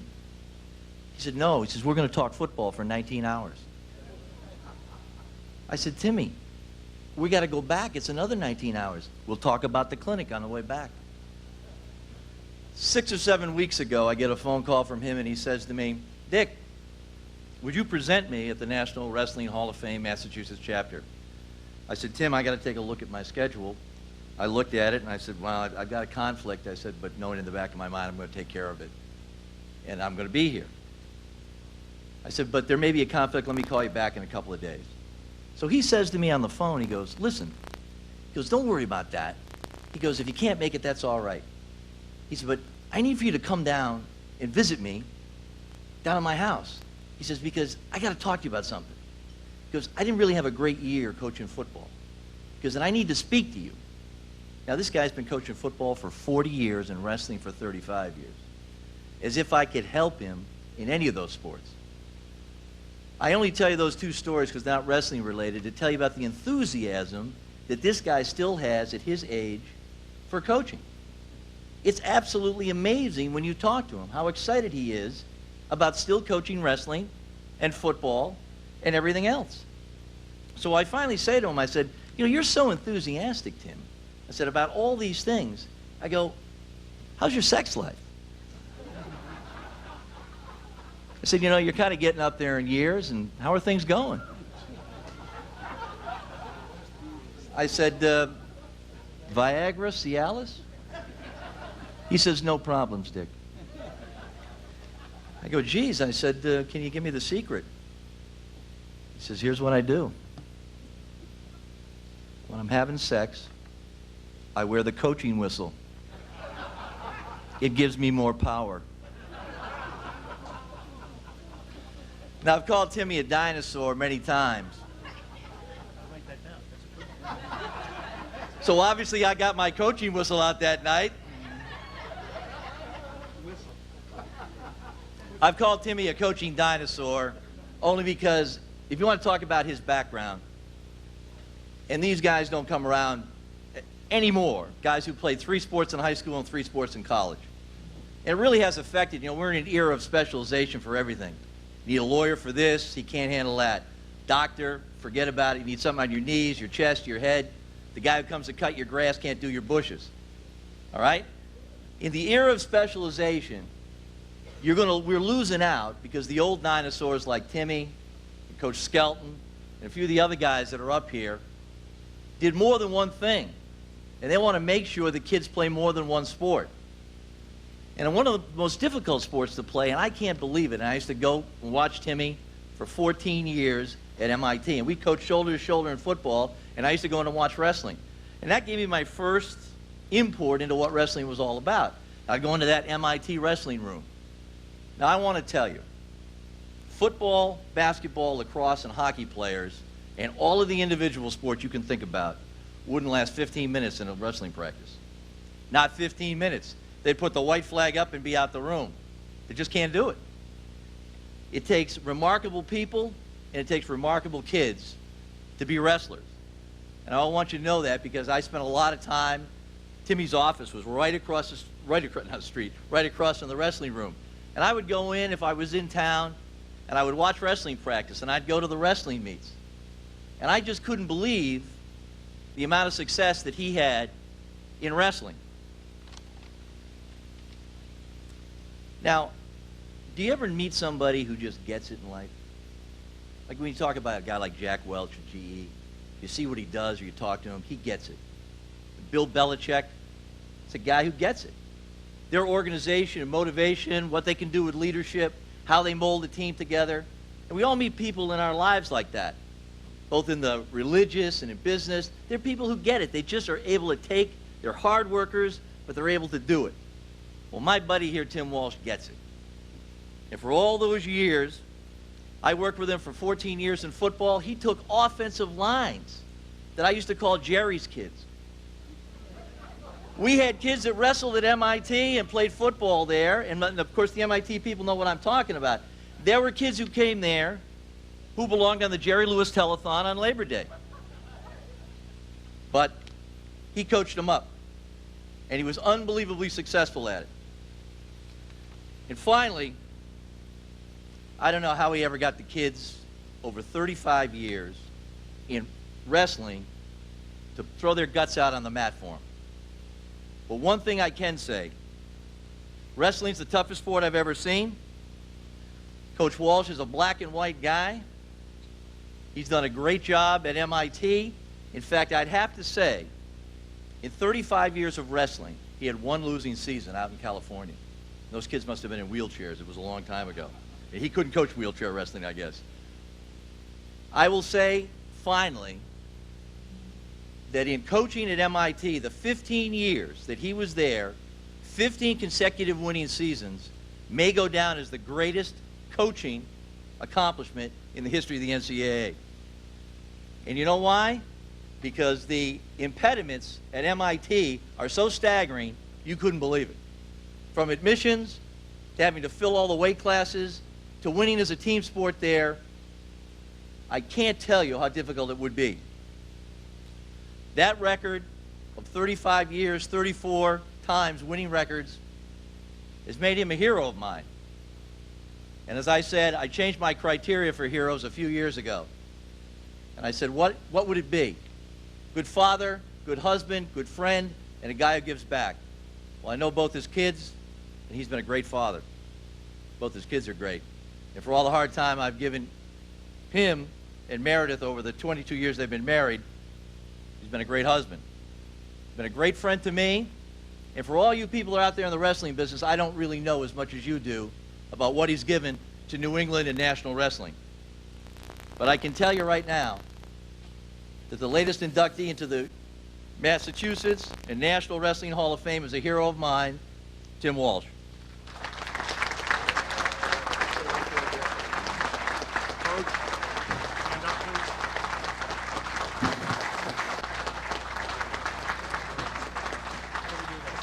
Here, hold it, will you? I hold it. Yeah, you're the guy.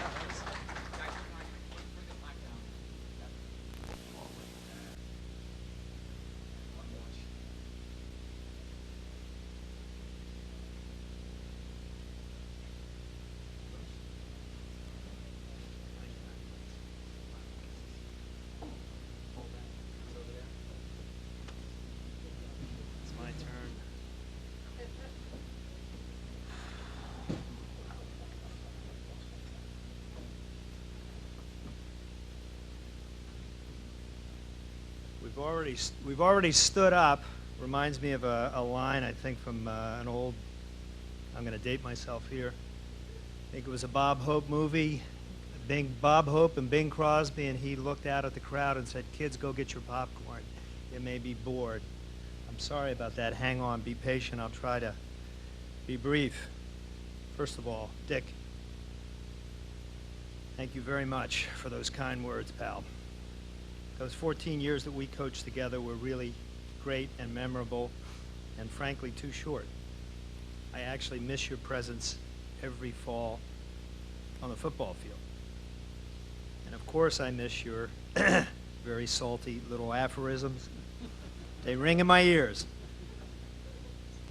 Congratulations to the other inductees. It's a true honor to be inducted with an Olympian like Francis Millard, with my longtime rival when I was at Amherst and MIT, Bob Skelton, Western New England. My Tabor teams fortunately missed Father John McLaughlin's teams. You know what they say in coaching, everything is in the scheduling. And at times, frankly, I felt like we've competed against Dennis Mulvihill, but he was the ref.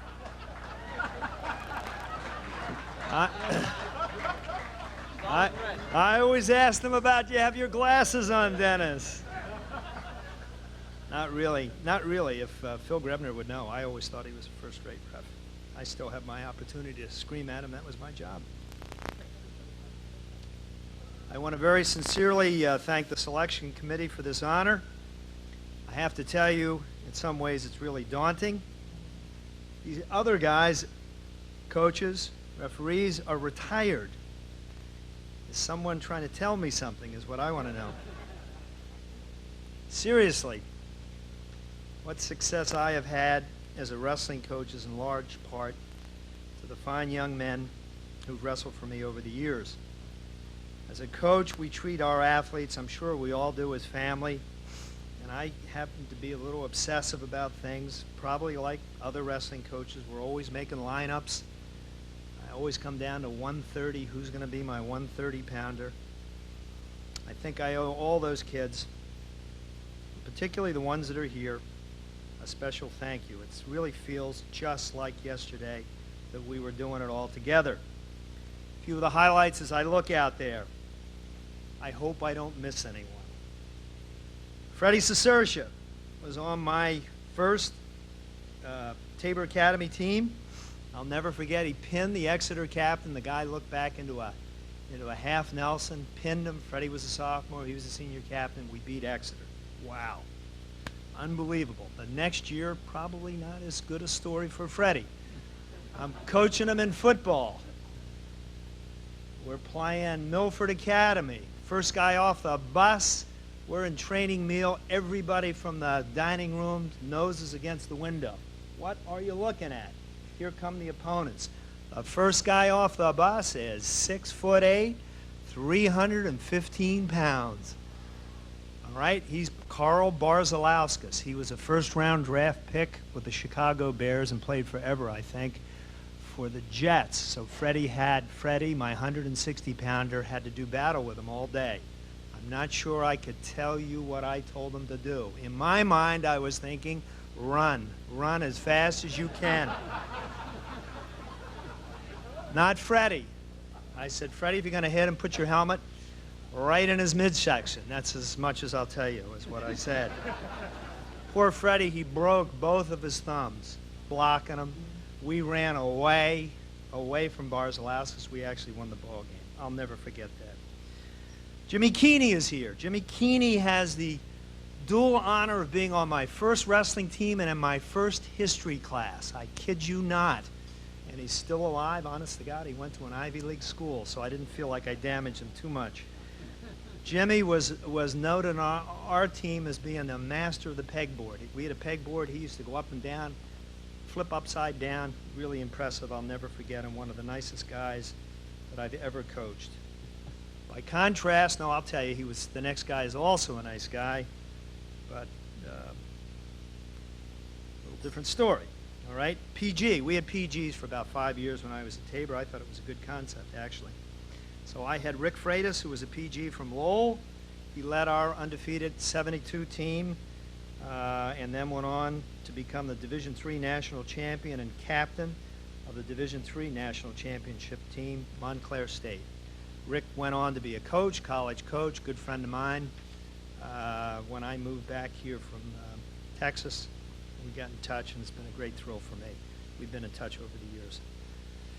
A couple of other brothers, fellows. David Barker was on our 72 football team, wrestling team, and lacrosse team, captain of all sports, New England champion. He had the distinction, and it was just, that was the year. 1972 was the year. We didn't lose a football game. We didn't lose a wrestling match. The only lacrosse game we lost was to Brown in overtime. They won the Ivy League. That was not bad, in overtime by a goal. David Barker was an outstanding captain for us. His younger brother Charlie is here. Charlie was the younger of the Barker boys. They sounded like gangsters. Well, they weren't. They're great guys. Charlie was a New England champion, went on to wrestle at North Carolina and later at Plymouth State. He was on 3 Class A championship teams for me. Sitting in his table is Michael Adams, who was a 3-year member of, again, 3 Class A championship teams. John Cottrell was a sophomore Class A champ. John makes me feel old because I coached both of his sons. They were both captains for me, and they've graduated. I'll be coaching their kids hopefully one day. Anyway, John has been a great supporter of Tabor wrestling. Steve Tubman. This is one of the things that, you know, really makes coaches feel good. I actually coached Steve Tubman at Amherst. He was my captain. I believe he said to me at one point when I was new on the job, "You're taking too many preppies. You got to get high school guys." So I said, well, it's not a bad idea. So I started to mail to Pennsylvania and to New York State. And you know what? Take nothing away from New England. He was right. Thank you, Steve. I actually coach against Steve. Anytime we go to a New England tournament, he's the Noble and Greeno coach. I get a great thrill out of seeing my former wrestlers and coaching against them. Jim Scheidegger is right in front of me. He's another Amherst football, wrestling captain, track captain. Did a postgraduate year at Exeter Academy. It's an accredited prep school. It's up in New Hampshire. He was their first. He was Exeter Academy's first national prep school champion down at Lehigh. A terrific guy as an assistant wrestling coach at Northfield Mount Herman. It is not, I believe, a accredited prep school out in the western part of the state. I was thrilled tonight to see Trey Crisco, who's sitting next to Jim. Trey was second in the national preps. Ed Wall was very receptive to taking Trey. I was completely pleased about that. Trey actually was my nose guard on the freshman football team and wrestled for me with distinction and went on to do unbelievable academic work. Just a real positive guy. Coaching colleagues, thank you for being here. Dwight Smith, the MIT head football coach. Again, it's a little daunting. I coached Dwight. He was our football captain in '71 at Tabor. Rod Arthur is sitting over there. He's a very distinguished looking gentleman. Rod basically ran MIT, or certainly the athletic department at MIT. He was our business manager. Very good to me. Dear friend. Francis O'Brien is there, another very distinguished Hall of Fame baseball coach from MIT. Very good friend. We had coffee every day, and it was one of the high points of the day for me, believe me. Our current football coach from Tabor Academy, Bill Haraski, is here. I really appreciate your support, and I have the privilege of coaching Bill's son in wrestling. I get a great kick out of that. I'd like to mention Royce Flippin, who was my AD at MIT, who was the best guy I've ever worked for. I want to also mention Roger Crosley, who is here. He was the SID at MIT when I was at MIT, and Paul Grace just sent me a nice note. He couldn't make it, had plane problems, but he was our director of sports medicine. I guess I'm recognizing a lot of people. I can't take credit for anything in my career. I was there. I had a lot of good people around me. I guess I gave them a little focus, got them all on the same page. I don't want to get too maudlin when I get into this next one, but I feel strongly at times like this to mention a few people. I want to remember some of the fine young men who are no longer with us. I never forget them. Joe Marini was my Tabor captain and Class A champion on that 1972 team. Joe was a Marine, and he died while serving the country. Alan Walcott was one of the finest people I've ever met in my whole life. He was my Amherst College captain. He was a Presbyterian minister.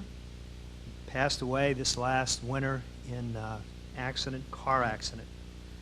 He will always be with me. He was just a princely person, if you know him. I would also like to mention Eric Vance. Those college coaches would remember Eric. He was one of the best wrestlers, clearly, that ever wrestled in New England. One of the finest wrestlers that ever wrestled for Amherst. Eric passed away this last summer. I couldn't tell you why exactly, but at times like this, my emotions take me in those directions. I remember my buddies, Mike Guerin, who I coached with, who was an All-American football player at Princeton, was my assistant wrestling coach at Tabor. Charlie Sardo, who was a good friend of mine and I coached with at MIT. Charlie was one of the most quotable guys I've ever met. He always had these great little witticisms. Somehow, there were spoonerisms, didn't come out exactly as Charlie wanted them to, but they made sense because Charlie said them. Thank you, fellows. You'll always be with me. Parents, I'd like to thank you, all the parents that I've had over the past and the present. There are parents here. Thank you for your support. Thank you for supporting your sons, our program, my efforts. I realize I'm not the greatest communicator on meet days. I go crazy, like the kids do, I guess. Forgive me if I'm too focused on the task at hand. I still get excited. I'm not about to retire. How I became involved in wrestling is quite a story in itself. My father loved to tell the story. When I was a freshman in high school, my father came to see me play basketball. I was, I'm sorry to say, the basketball freshman captain. The game was over. I took the ball and handed it to my father, and he said, "I've got one word for you." I'm thinking, hey, all right, the Celtics. He said, "Wrestling." I said, "Wrestling? What is that?" "Celtics." I made the last 2 points. He said, "What you really want to do is football, and you're never going anywhere in basketball." And he said, "Wrestling. Try wrestling." Well, I guess I was a good son or something. The next year, that's what I did. Went out for wrestling, and to tell you the truth, it really helped my football. I was one of the few quarterbacks, probably in high school, that played linebacker, and it was all about wrestling. I knew how to take people down, and I have to thank my dad for that. As he would say, you know, you got to have an edge, kid. And that was my edge, because I wasn't big and I wasn't fast. But from wrestling, I learned how to tackle people and be aggressive. Thank you, Dad. I wish you were here tonight. You're always with me. I would also like to recognize my 2 cousins who are here, recognizing that side of the very green side of the family. Moore Walshes, thank you for being here. Their father actually bought me my first pair of football shoes. I don't forget things like that. Thanks for being here, cousins, Billy and Larry. I'm going to try to make this a little brief because I'm sure you're all, the time has come. I'm devoted to those coaches that I've had and I've been around, my assistant coaches. People never talk about their assistants enough. You never make it without your assistants. I've had great assistants. Larry Bidstrup, Mark Fowler, who went on to college and New York State fame, coached a couple of Olympians. Dave Foxon, who helped me when I was at Amherst. Dave Amato, who actually helped me when I was at Amherst. Eddie Hanley, of course, was my right-hand man forever at MIT. Konstantin Kisilov I had, and Joe Resmini. I would like you to give a big hand for the 2 assistants that are here, both Ed Hanley and Joe Resmini. Please stand up. Stand up, guys. Where are you? Stand up. He's there. I want to remember my coaches in high school. My coach, his name was Jimmy Reed. Jimmy Reed was the head coach at Princeton University. Part-time, he'd come over and coach us. Jimmy Reed was a Lehigh captain, an Olympic alternate. My college coach was Ray DeMuth. He was an intramural wrestler at Cortland State, actually. Phil, one of your guys. Good guy, great guy. He was a soccer coach, but he had a lot of enthusiasm for wrestling. Then there are my mentors. I am in some ways a link, I was talking to Rick earlier, with another era. Anybody that's interested in the history, when you get old, you got a lot of stories, and I don't want to bore you with them. But I had some real mentors. Some of the guys that I coached against were Ted Seabrook, who's a legend. He was the Exeter coach. Heb Evans, another legend. Wilbur, Heb Evans was a Governor Dummer. Wilbur Storr was at Nobles. What a great man he was. Louis Andros, I just found out tonight, was your coach? Well, I went over Milton a lot. All right, but he coached you? I mean, he was a great guy. Ralph Anderton was a good friend of mine. He was the Brown coach. Dick Lux from Andover came to our Andover meet. Good guy. Boy, is he dry, but just a good guy. Johnny Lee was a good friend of mine and great. I talked to him every day when he was at Harvard. Great friend. Jim Peckham goes without saying. Emerson, Milton, Harvard, come on up to the Union. I owe everything to all of those people. I well remember my introduction to New England prep school wrestling, and again, you're going to see a theme here. I'm from Jersey. I never knew that you're from Jersey. I knew Mike's from Jersey. I'm from Jersey. I came up here, I never heard of any of these schools. The first meet we went to were wrestling Milton Academy, 1967. Into the dual meet walks Robert Kennedy. He's the Attorney General. He comes over and almost genuflects in front of Louis Andros. I said, wow, this is really impressive. Peter Fuller was there. I knew about him. I forget the name of the racehorse, but he was a very famous guy. I said, wow, this is really, really impressive. John Harkness is a Milton guy. Where is he? Yes, no, I know that. Yes, yeah, funny. Ted Seabrook was someone that begs a story, and I'll give you a quick one because it's a classic. Ted Seabrook was very affable. He was very charming. He was Mr. Exeter. Ted Seabrook had been a finalist in Division I's, lost. He was a great wrestler. Was also he was Jimmy's coach. He was a Big Ten football player. He wore a jacket had no lapel. I looked at that and I went, I've never seen that in my life. So finally, I got to know him well enough, and I said, Ted, what's the deal on the jacket? And he looked at me and he said, well, I'm going to tell you this. When I started coaching, we used to wrestle Milton, and he said, Louis Andros would grab you, shake your hand, and grab you by the lapel and pull you over and go, Ted, you got men, I just have boys. So he said the next year we wrestled him, he grabbed that lapel, and he grabbed, and he grabbed, and he grabbed, and that was the end of that. He said, I got him off my back. You had to know Seabrook. Ted, you were the best. I think because of Ted, there's a story that I'm going to tell you, a quick story that wrestling guys will like. Ted's most famous wrestler, other than Jim Scheidegger, had to be John Irving, the writer. My last year at Amherst, we were fortunate. I didn't get too many prep school kids or New England kids. I got Pennsylvania kids, New York kids. We had a real good team. I bet them if they finished in the top three, I'd do something for them. Well, historically, that meant the coach had to streak through the campus or something stupid like that. But I didn't think it was going to happen. Well, we were the runner-ups. We had a phenomenal season. If I'd coached a little better, we should have won the whole thing. So the kids look at me, as only Amherst kids could say. I said, well, what is it going to be, you know? And they said, well, what's the biggest thing that's ever happened in wrestling? I said, I don't know. What are you talking about? Are they going to drop riding time? No. The biggest thing is the world according to Garb Coach. Look at Time Magazine. There's Irving's picture on the cover of Time Magazine. Well, they said, we want him to be our speaker at our breakup party. I said, well, yeah, anything else? You know? So I called friends of mine. I got a hold of somebody, and I finally reached Irving. I get him on the phone. I tell him the whole story. He said something like, neat. Okay, fine. He said, two things. He said, I'll do it. And I said, John, I have to be honest with you.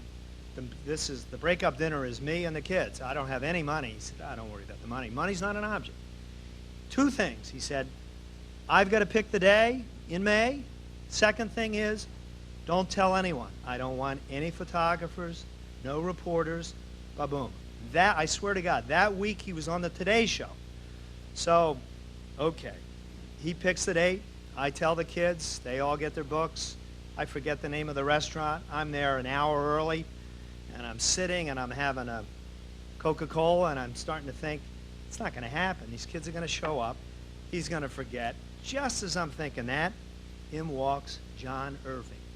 Well, I had just looked at the cover of Time magazine. I'm like, abba, habba, habba, habba, how am I going to say anything?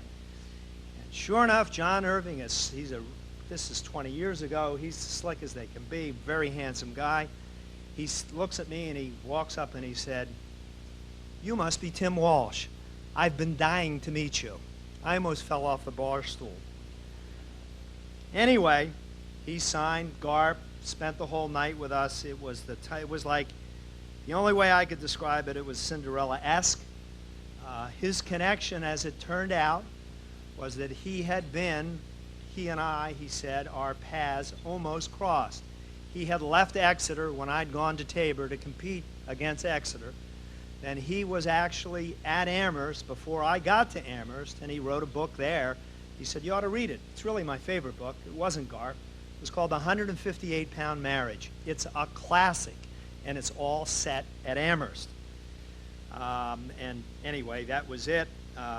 He entertained the team. We had a wonderful time. And I think I attribute it all to Ted Seabrook. Thanks, Ted. John, it was a great night for me. My highlights of my career have been practices. All right?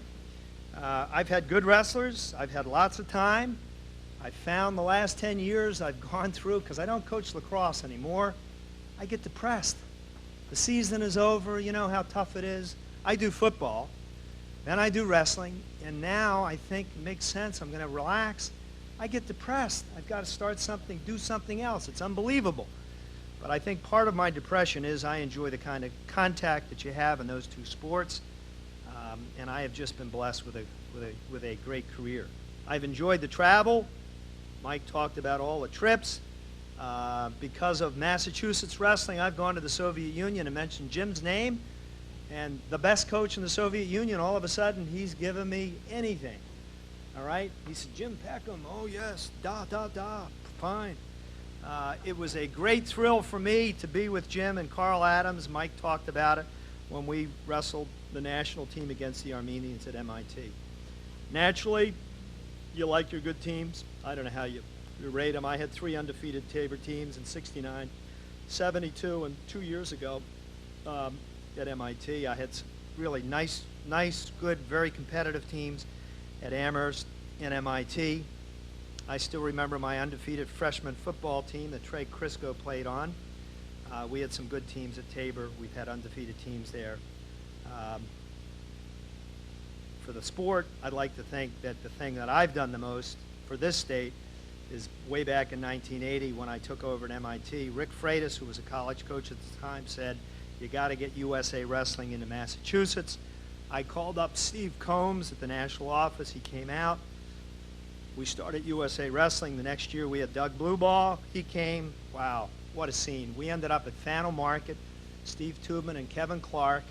After we took him out for a lobster dinner, he was showing us the front headlock right in the middle of Fannel Market. You know, you got to love it. Doug Blueball is like one of my favorite wrestlers of all time. My question to him was, "Do you still use an open grip?"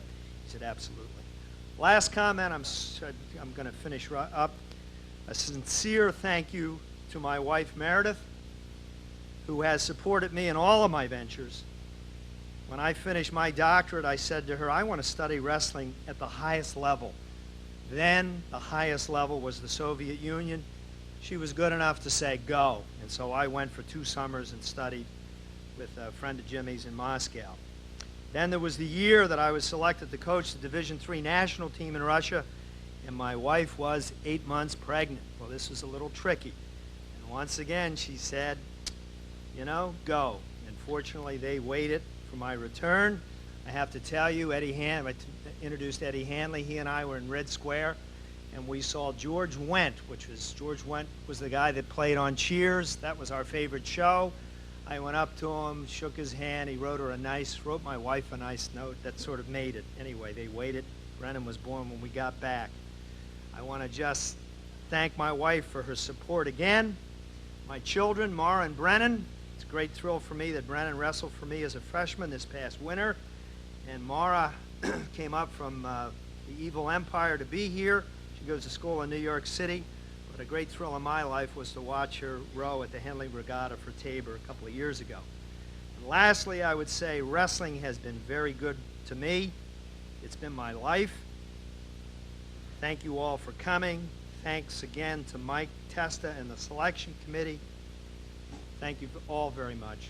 God bless.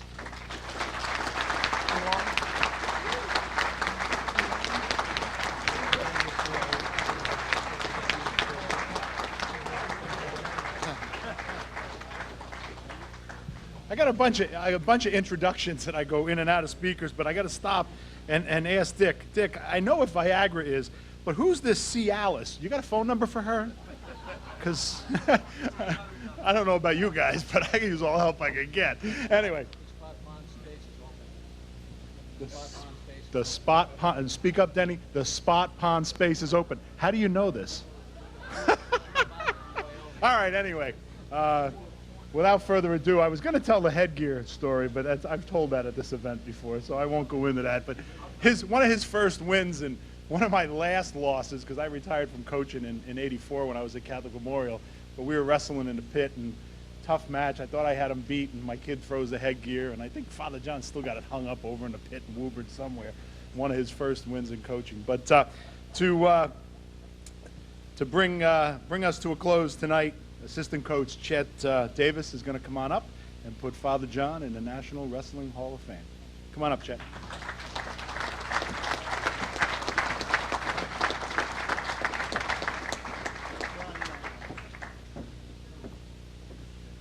And then there was one. I promise I'll get you out of here before midnight. Hey, first of all, I really want to tell you, the inductees tonight, I'm in awe. I'm an old wrestler. I wrestled all my life. I've been gone for a long time. You're unbelievable. I could listen to this till tomorrow morning. I know most of you'd like to go home, but I want to just tell you the message that I got here tonight, the sport of life, and the power of what you've done over your careers. It's true. I carry it every day. The lessons I hear from all of you as you speak tonight, I take it to work every day with me. And I'll tell you a little bit more later, but you're unbelievable people. You've changed people's lives more than you will ever know. And often it takes an event like this where I travel across the country and come home to realize how powerful the learnings I had from all of you were. Whether I directly wrestled for you, your influence reached far.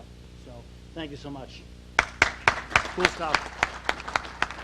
So now, we're on to the Father John McLaughlin roast. Though, I can't be too bad, though, because he does get the microphone after me. So, one quick question, and it's a little bit of a quiz, but what do the following names have in common? And, besides bloodthirsty conquerors, I'll leave that up to you.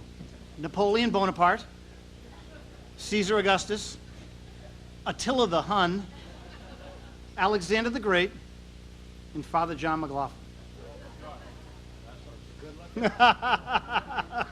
No, there's some little known facts you may not know about all these people. And I did actually, I had my assistant do some research. They were all born in February. Did you know that? Nah, they were all born in February. They were all left-handed. Yes, they were. They were all under 5'6".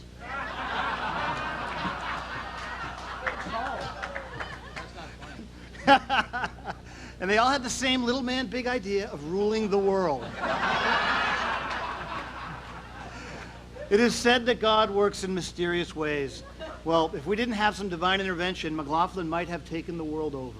Yes, he would. My inside sources, actually, did you guys catch CNN before you came tonight? It was on, they give you the Pope update. It's like constant going, every inch they move, right? They tell you exactly what's going on. There's an inside shot, the big guy's going, he's going in, and all I want to do is when the white smoke goes up, I want to see him in the hat. The big hat, I always tell him, I say, is it going to fit? It's like the big tower cap for you. Hey, for those of you who don't know me, my name is Chet Davis. I wrestled here a long time ago. John and I are very, very close. They moved me to Oregon which is not the end of the earth, but you can see it from there. So, but John and I have been joined at the hip for most of our lives. We're actually born 2 days apart. We both went to high schools locally. I went to Wakefield, he went to Woburn, and we were both high school class presidents, and we got to know each other. We wrestled against each other in high school and in college. I went to the University of New Hampshire and wrestled for Jimmy Urquhart, and John went to the best prep school in the country, BC.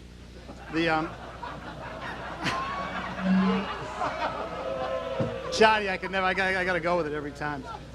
You know, we were opposing coaches, and for 5 years I came over to Woburn and coached with John. He's actually my son's godfather, who's here with me, Michael. The scary thing about this is, you know, if you're Irish and you're Catholic, and you gotta have the godmother and the godfather. Well, when Michael's gonna be born, I said, John, will you be the godfather? He said, yeah. So my mother says, well, who's the godmother? I said, you know, I'm not thinking there's gonna be one. You know, I'm thinking we're just gonna go with one. And she says, no, that's just not in the rules. I mean, the book says, the Catholic book, it's godmother, godfather. You do the whole thing. So we had the huge feud about this thing, and we decided we're going to go with one. Now, Michael's 19, so this is John in the early days for all of you that remember John, you know, which, you know, not always pretty. So you're probably questioning my sanity at this point, so I said, hey, you know what? Why I do this is that if anything ever happened to me or my wife or my family, all I know is that man is going to be there. That man will be there no matter what. I don't need anything else but him. I don't need another one. I don't want to confuse the story. If anything ever happened, he's the guy. So that's how he ended up being Michael's godfather, which is a funny story, because he eventually becomes a priest, and I said, who knew? Who knew, right? You know, Ma gave me the hard time. She couldn't believe it. So, hey, but about 2 months ago, John called and asked me to induct him. You know, and honestly, I was honored. I was humbled, and I was coming home. Right? And nothing like being back in Woburn and being with all of you. Actually, the great quote tonight, Otis, no crime in Woburn tonight, they're all here. My man Otis back there, he said. Hey, but you know, but wrestling, much like Billy, Denny's brother, you know, when you talk about it shaping your life, absolutely right on, man. The letter was dead right on, because it has changed my life as an athlete, as a coach, as a dad, you know, and much more, you know, as a man. You know, my life at work, I use the lessons every day. You know, and it's funny how you think back of your career. You think back of all the work that the coaches here did. My analogy is a little bit like a freeze frame in a movie. If you think about a movie and it's all rolling on, it's as if one slide stops in your head. And you saw that tonight a lot. Just a funny little thing, and it could be the weirdest thing. I'll give you an example. It kind of popped into my head tonight. I was talking to George Bossy when I came in. It's a simple action, simple word, lesson lasts forever. Sometimes it's the way it works. You know, it's not a big thing usually. And it was, George, you don't remember this. I know you don't, because you didn't remember going to Oregon to see the Nationals. It was the NCAA's 1980. My only trip to the NCAA tournament.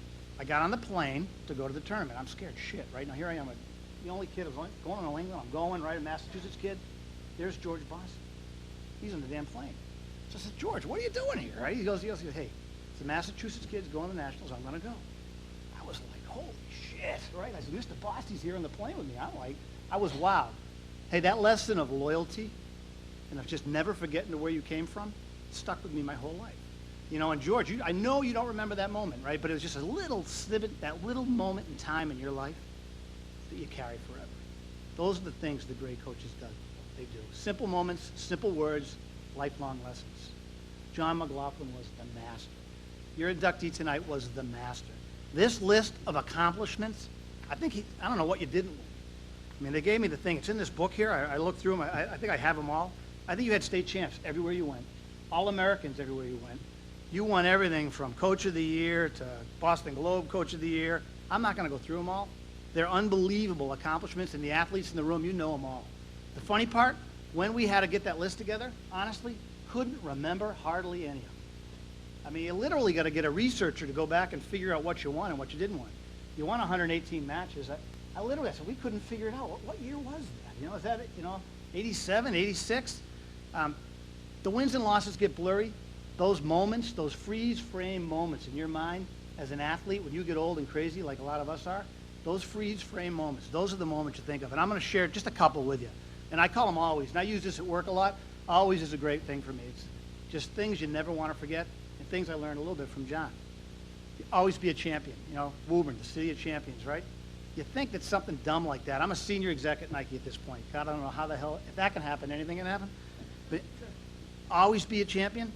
you know, I'll never forget the lesson. 3 periods. First period, we're not so good. You know, we're pretty weak this year. You know what? We're going to hang in there. Just stay low, man, hang in there. Second period, push him. Third period, I want you to rip his head off. Right? This is the McLaughlin theory of wrestling at Woburn. We were early on. You guys all remember the headlock. All right, so today, honest to God, I use it at work every day today. I mean, I'm the last man standing. I will wear your ass out. I will push you. I will hang in there. I will push you. I don't care if you went to Harvard or you went wherever you went. I'm going to tear your head off in the third period. I'm going to be the last man standing. So it was the ultimate lesson learned. Another one, always have fun. I'll give you a quick one. John McLaughlin, I think this is 74, wrestling. 1974. He was at Woburn High. And I had to ask you, Coach Moretti, do you guys remember Coach Moretti? He coached at Woburn High really early on.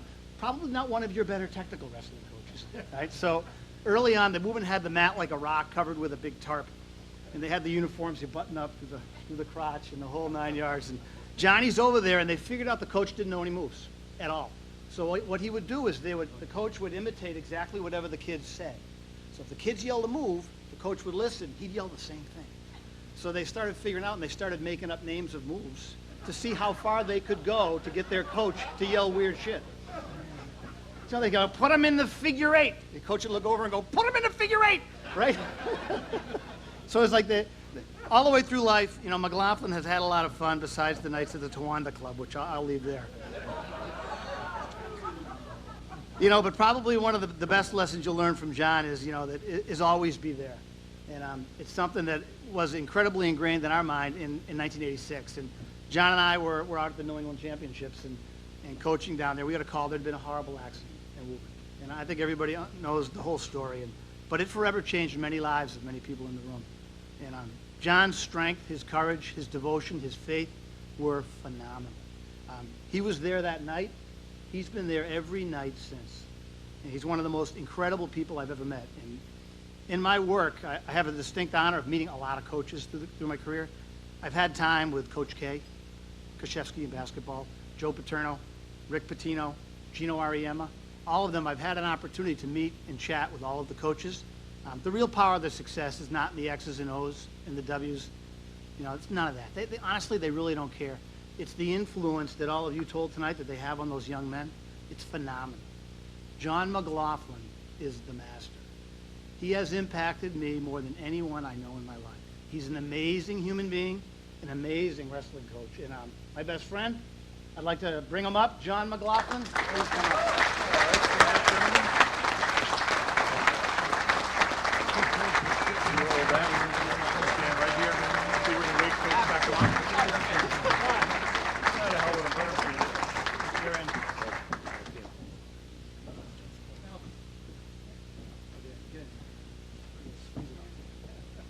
I'm 5'7".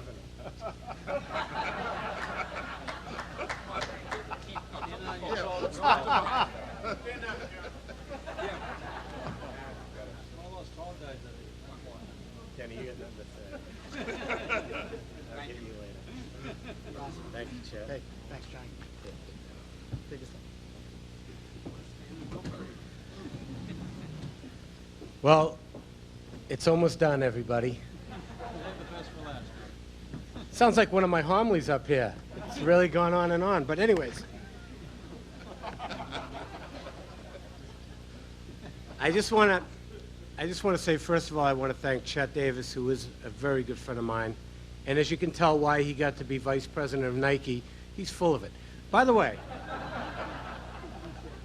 you said the S word twice. That's 2 Our Fathers and 2 Hail Marys after. Holy mackerel would have been better, Chet. But because you said nice things about me, I'll cut them down. All right. I want to thank, first of all, the committee, Mike Testa and Dr. Sullivan and Coach Peckham, Bob Morrison, for all the committee. Mike, for coming up. Mike, you must have to hear these all the time. God bless you. I want to thank the inductees. They're pretty phenomenal. And Tim, I don't know if you know it, but I bought a mat from you years ago. I want to talk to you, but it had a rip in it. And but Tim was coaching at Amherst when I was at BC. And he was always a class guy. And I just want to congratulate you. And Fran, I'll tell you right now, after listening to your dad, unbelievable. I mean, you just feel like you shouldn't even be up here. And he was quite a man. And Coach Skelton, I congratulate you as well. You also had to coach my brother Donnie. For what, 3 months before he, but congratulations. And Denny, I had some things, I wanted to write some things about you to praise you, and I just want to.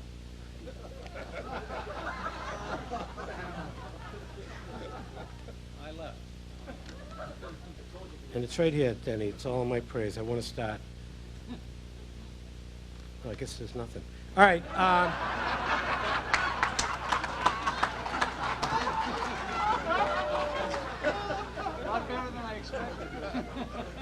I want to say that Denny, I have always marveled at Denny as an official. He's the only guy that could call a pin standing up.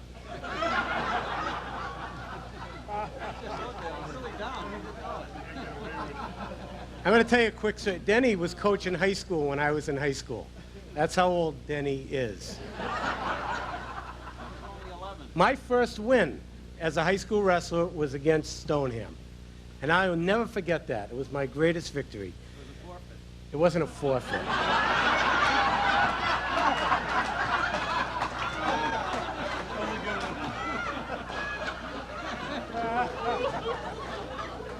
That's a point. I got the mic, buddy. I was wrestling this kid. He was a pretty good wrestler, and we didn't know much. We were a sophomore. We had a coach.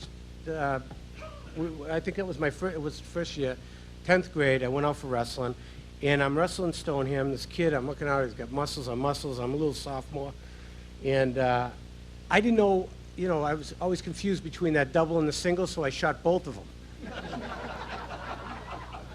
And I was really getting killed by this kid, but I got on my feet and I shot the double single. And the kid bent over and I saw his head. I took him off, headlock, pinned. And I was a little disappointed in the Stoneham kid afterwards because he didn't get up and shake my hand. And the ref raised my hand. I went back, and later on the kid came over and he apologized for not shaking my hand. And he said, "I'm sorry, but I don't know if you saw, but you hit me below the belt." And I didn't realize that, and he was a good kid afterwards. We talked about it. And I used that move ever since, by the way.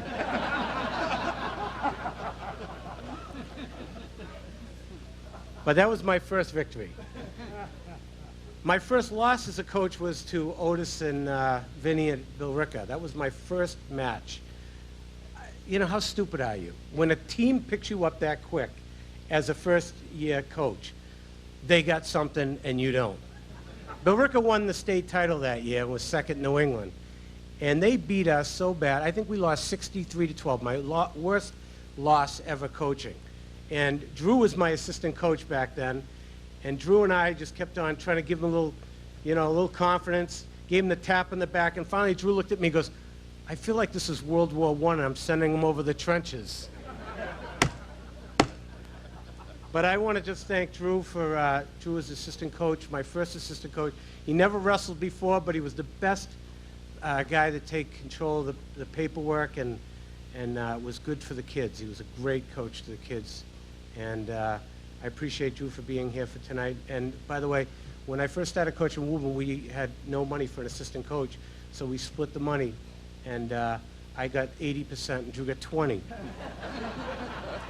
He never knew that till tonight. It's my confession, by the way.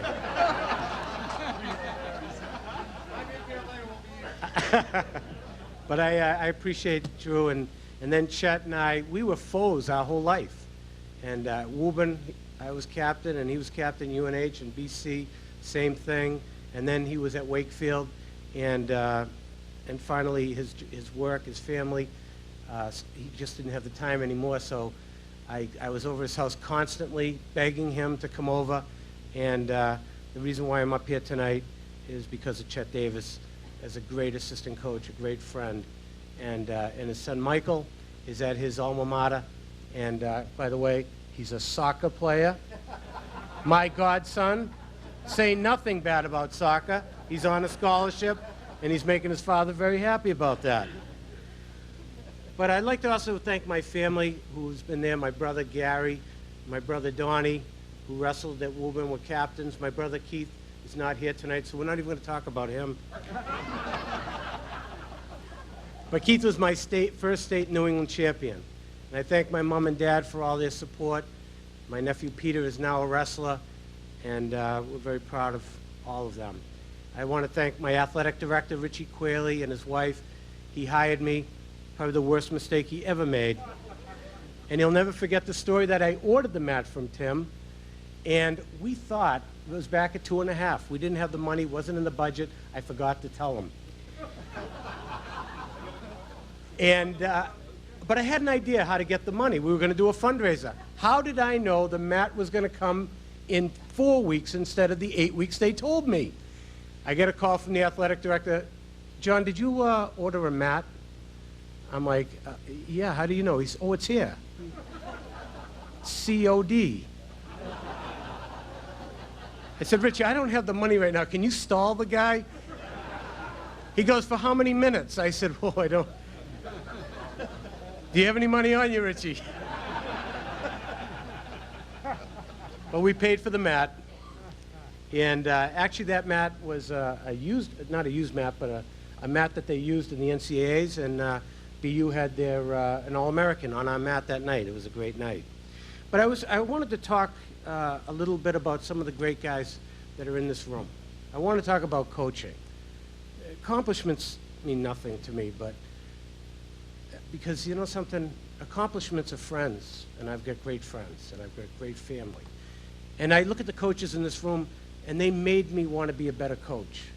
Guys like Tommy Darren, who was in Reading, still in Reading, was in Reading when I was in high school. He's 92, and he's still coaching. He's older than Denny. Keith Durham, who was in the Middlesex League back then, I knew him before he wore suspenders. And the crowd is happy that he's wearing suspenders now. Leave it up to your imagination. And Phil's sitting next to him. By the way, Phil, you cheated. It's the only way you could have beaten me.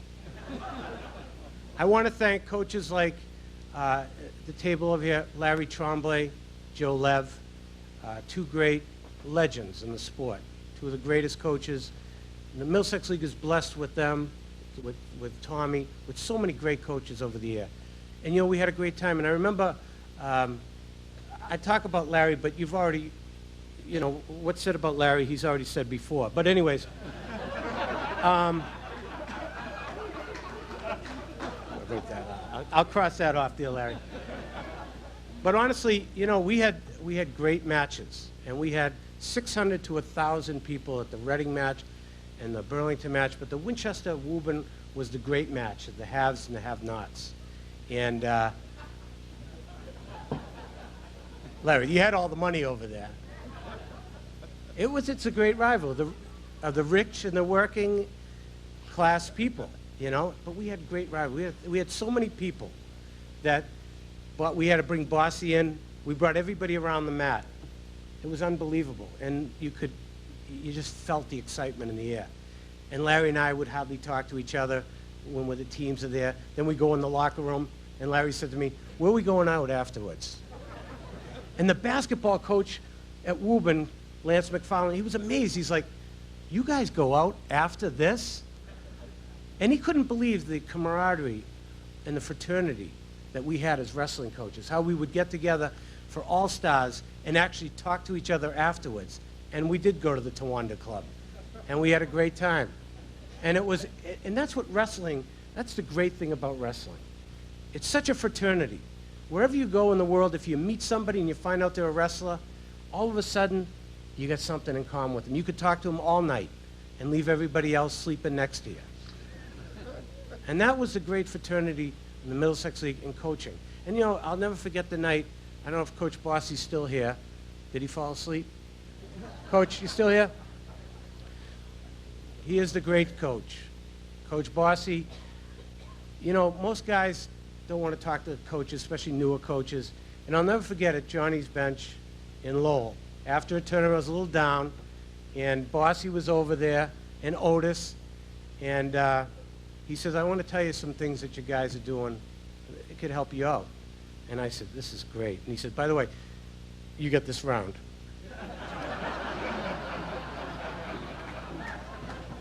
Anyone that knows Coach Bossy, you know you got every round after that. But he told me, he said, you know, your kids know too much. He said, you need to drill less moves and drill more. And we did what he said, and by the end of the year, we had our best season ever. And I thank Coach Bossy because he was the type of guy that shares all that information with everybody to try to make Massachusetts wrestling better. And he's truly a great coach. Thanks, Coach.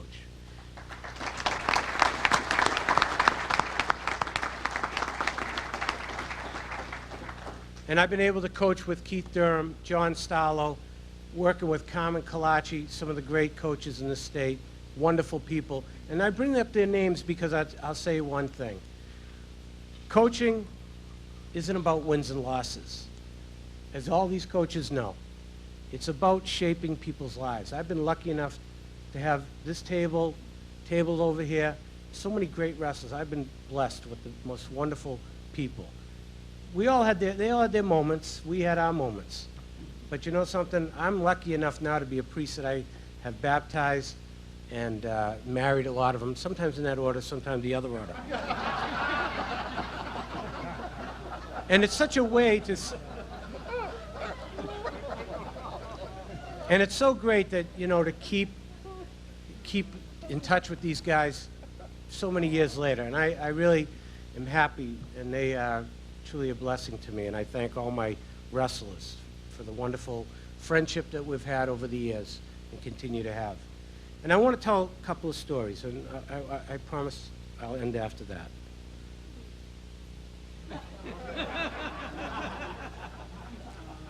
The first one is Mike Capone. Mike Capone, who I coached one of my last years coaching. And I remember Mike was a sophomore, and I knew he had potential. And I said to Michael, you know, you could talk to him about wrestling, being a champion, and putting the idea that he could be a champion. And he, you know, you could see he could respond to it. And I started talking to him about his classes and what he's taken. And he told me that he was in basic classes. I said, why are you doing that? Do you want to go to college? He said, well, I thought I did, but the guidance counselor told me to save my mother's money. That's a true story. And I said, what did he mean by that? He said, I'm not smart enough to go to college. I said, Mike, do you think you're not smart enough? He said, well, I don't know. He's a guidance counselor. He should know. And I said, well, let me tell you something, Mike. I've met a lot of people who have gone to college. And not all of them the brightest, and they graduate. And many of them went to UNH.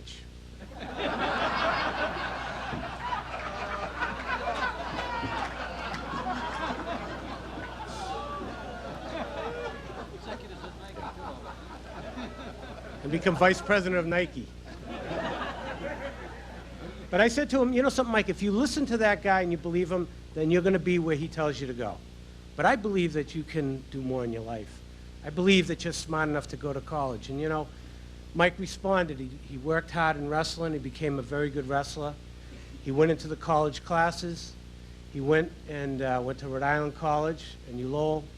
He got his undergraduate degree, his master's degree. He went back to the school that the guidance counselor said to him he wasn't smart enough to go to college. And he taught there, and he won Woburn's first state title. And I congratulate Mike Capone.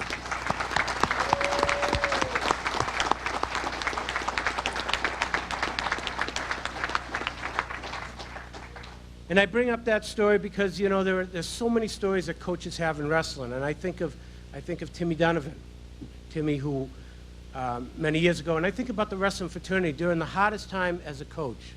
When you have an accident, the two of your kids have died in an accident. One is left in a coma and one's a quadriplegic.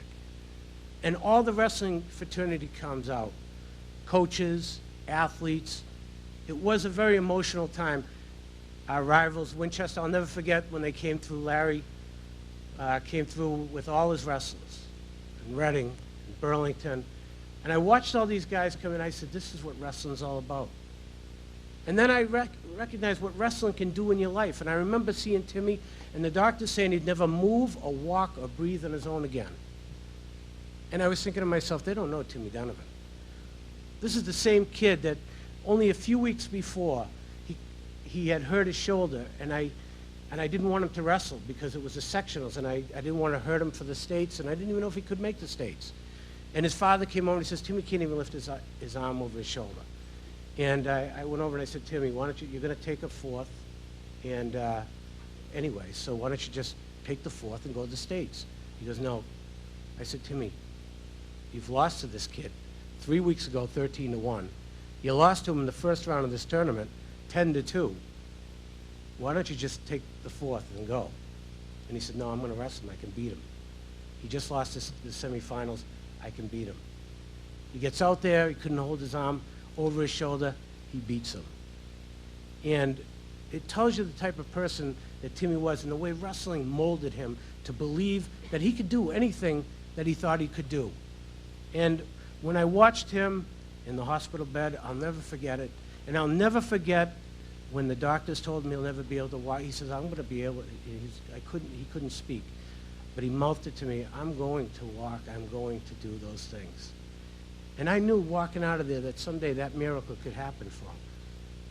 And later on, I was able to watch Timmy walk, get up out of his wheelchair, get his diploma at Bentley College. And it was a great moment.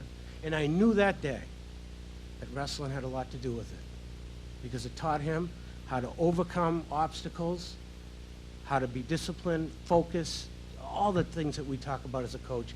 He did it. And Timmy was the first person in the history of Massachusetts with his injury to have a license. And he graduated Bentley College and is a CPA. We're proud of you, Timmy.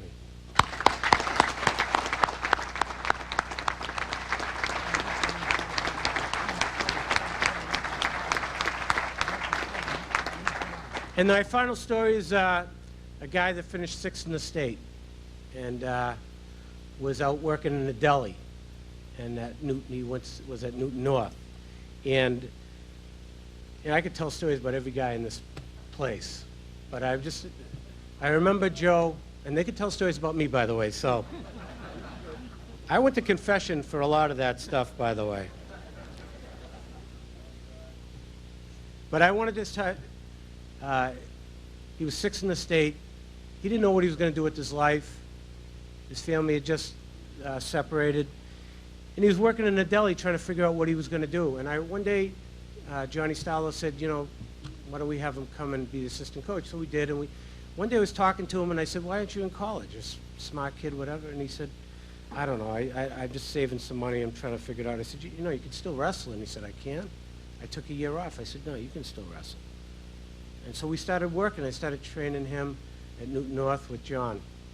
And he ended up going to Seton Hall and then transferring to West Virginia. And not ever being a champion in Massachusetts, he walked on and ended up being varsity in the top 10 of the country, West Virginia University. And that's Joe Finch. And I congratulate you.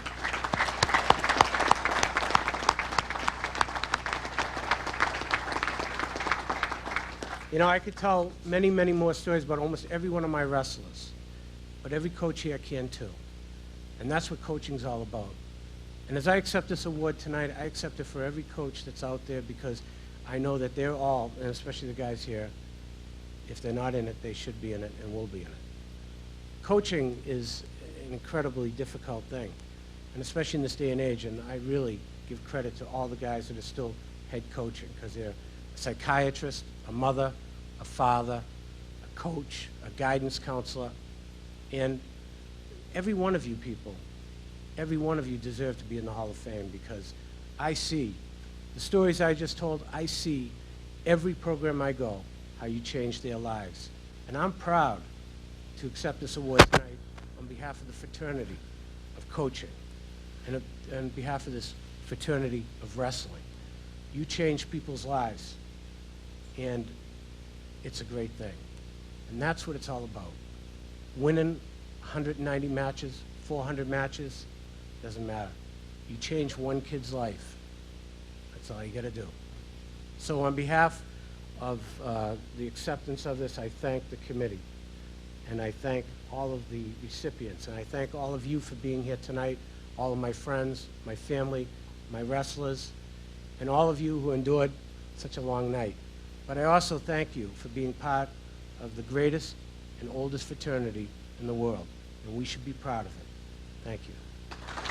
It's been my pleasure to steer you through this ocean of stories tonight. Hopefully they were a little shorter at times. And it's good to know that history class at Stoneham High School and Mass at St. Mary's have something in common. They're about 50 minutes long, but that's okay. I got 10:58, so we're beating the 11 o'clock news. Until we meet again, remember, as Jim Peckham says, you have to earn the right to be in the National Wrestling Hall of Fame. And these folks on this dais tonight have certainly earned that right. Please rise and give one last round of applause for all of our inductees.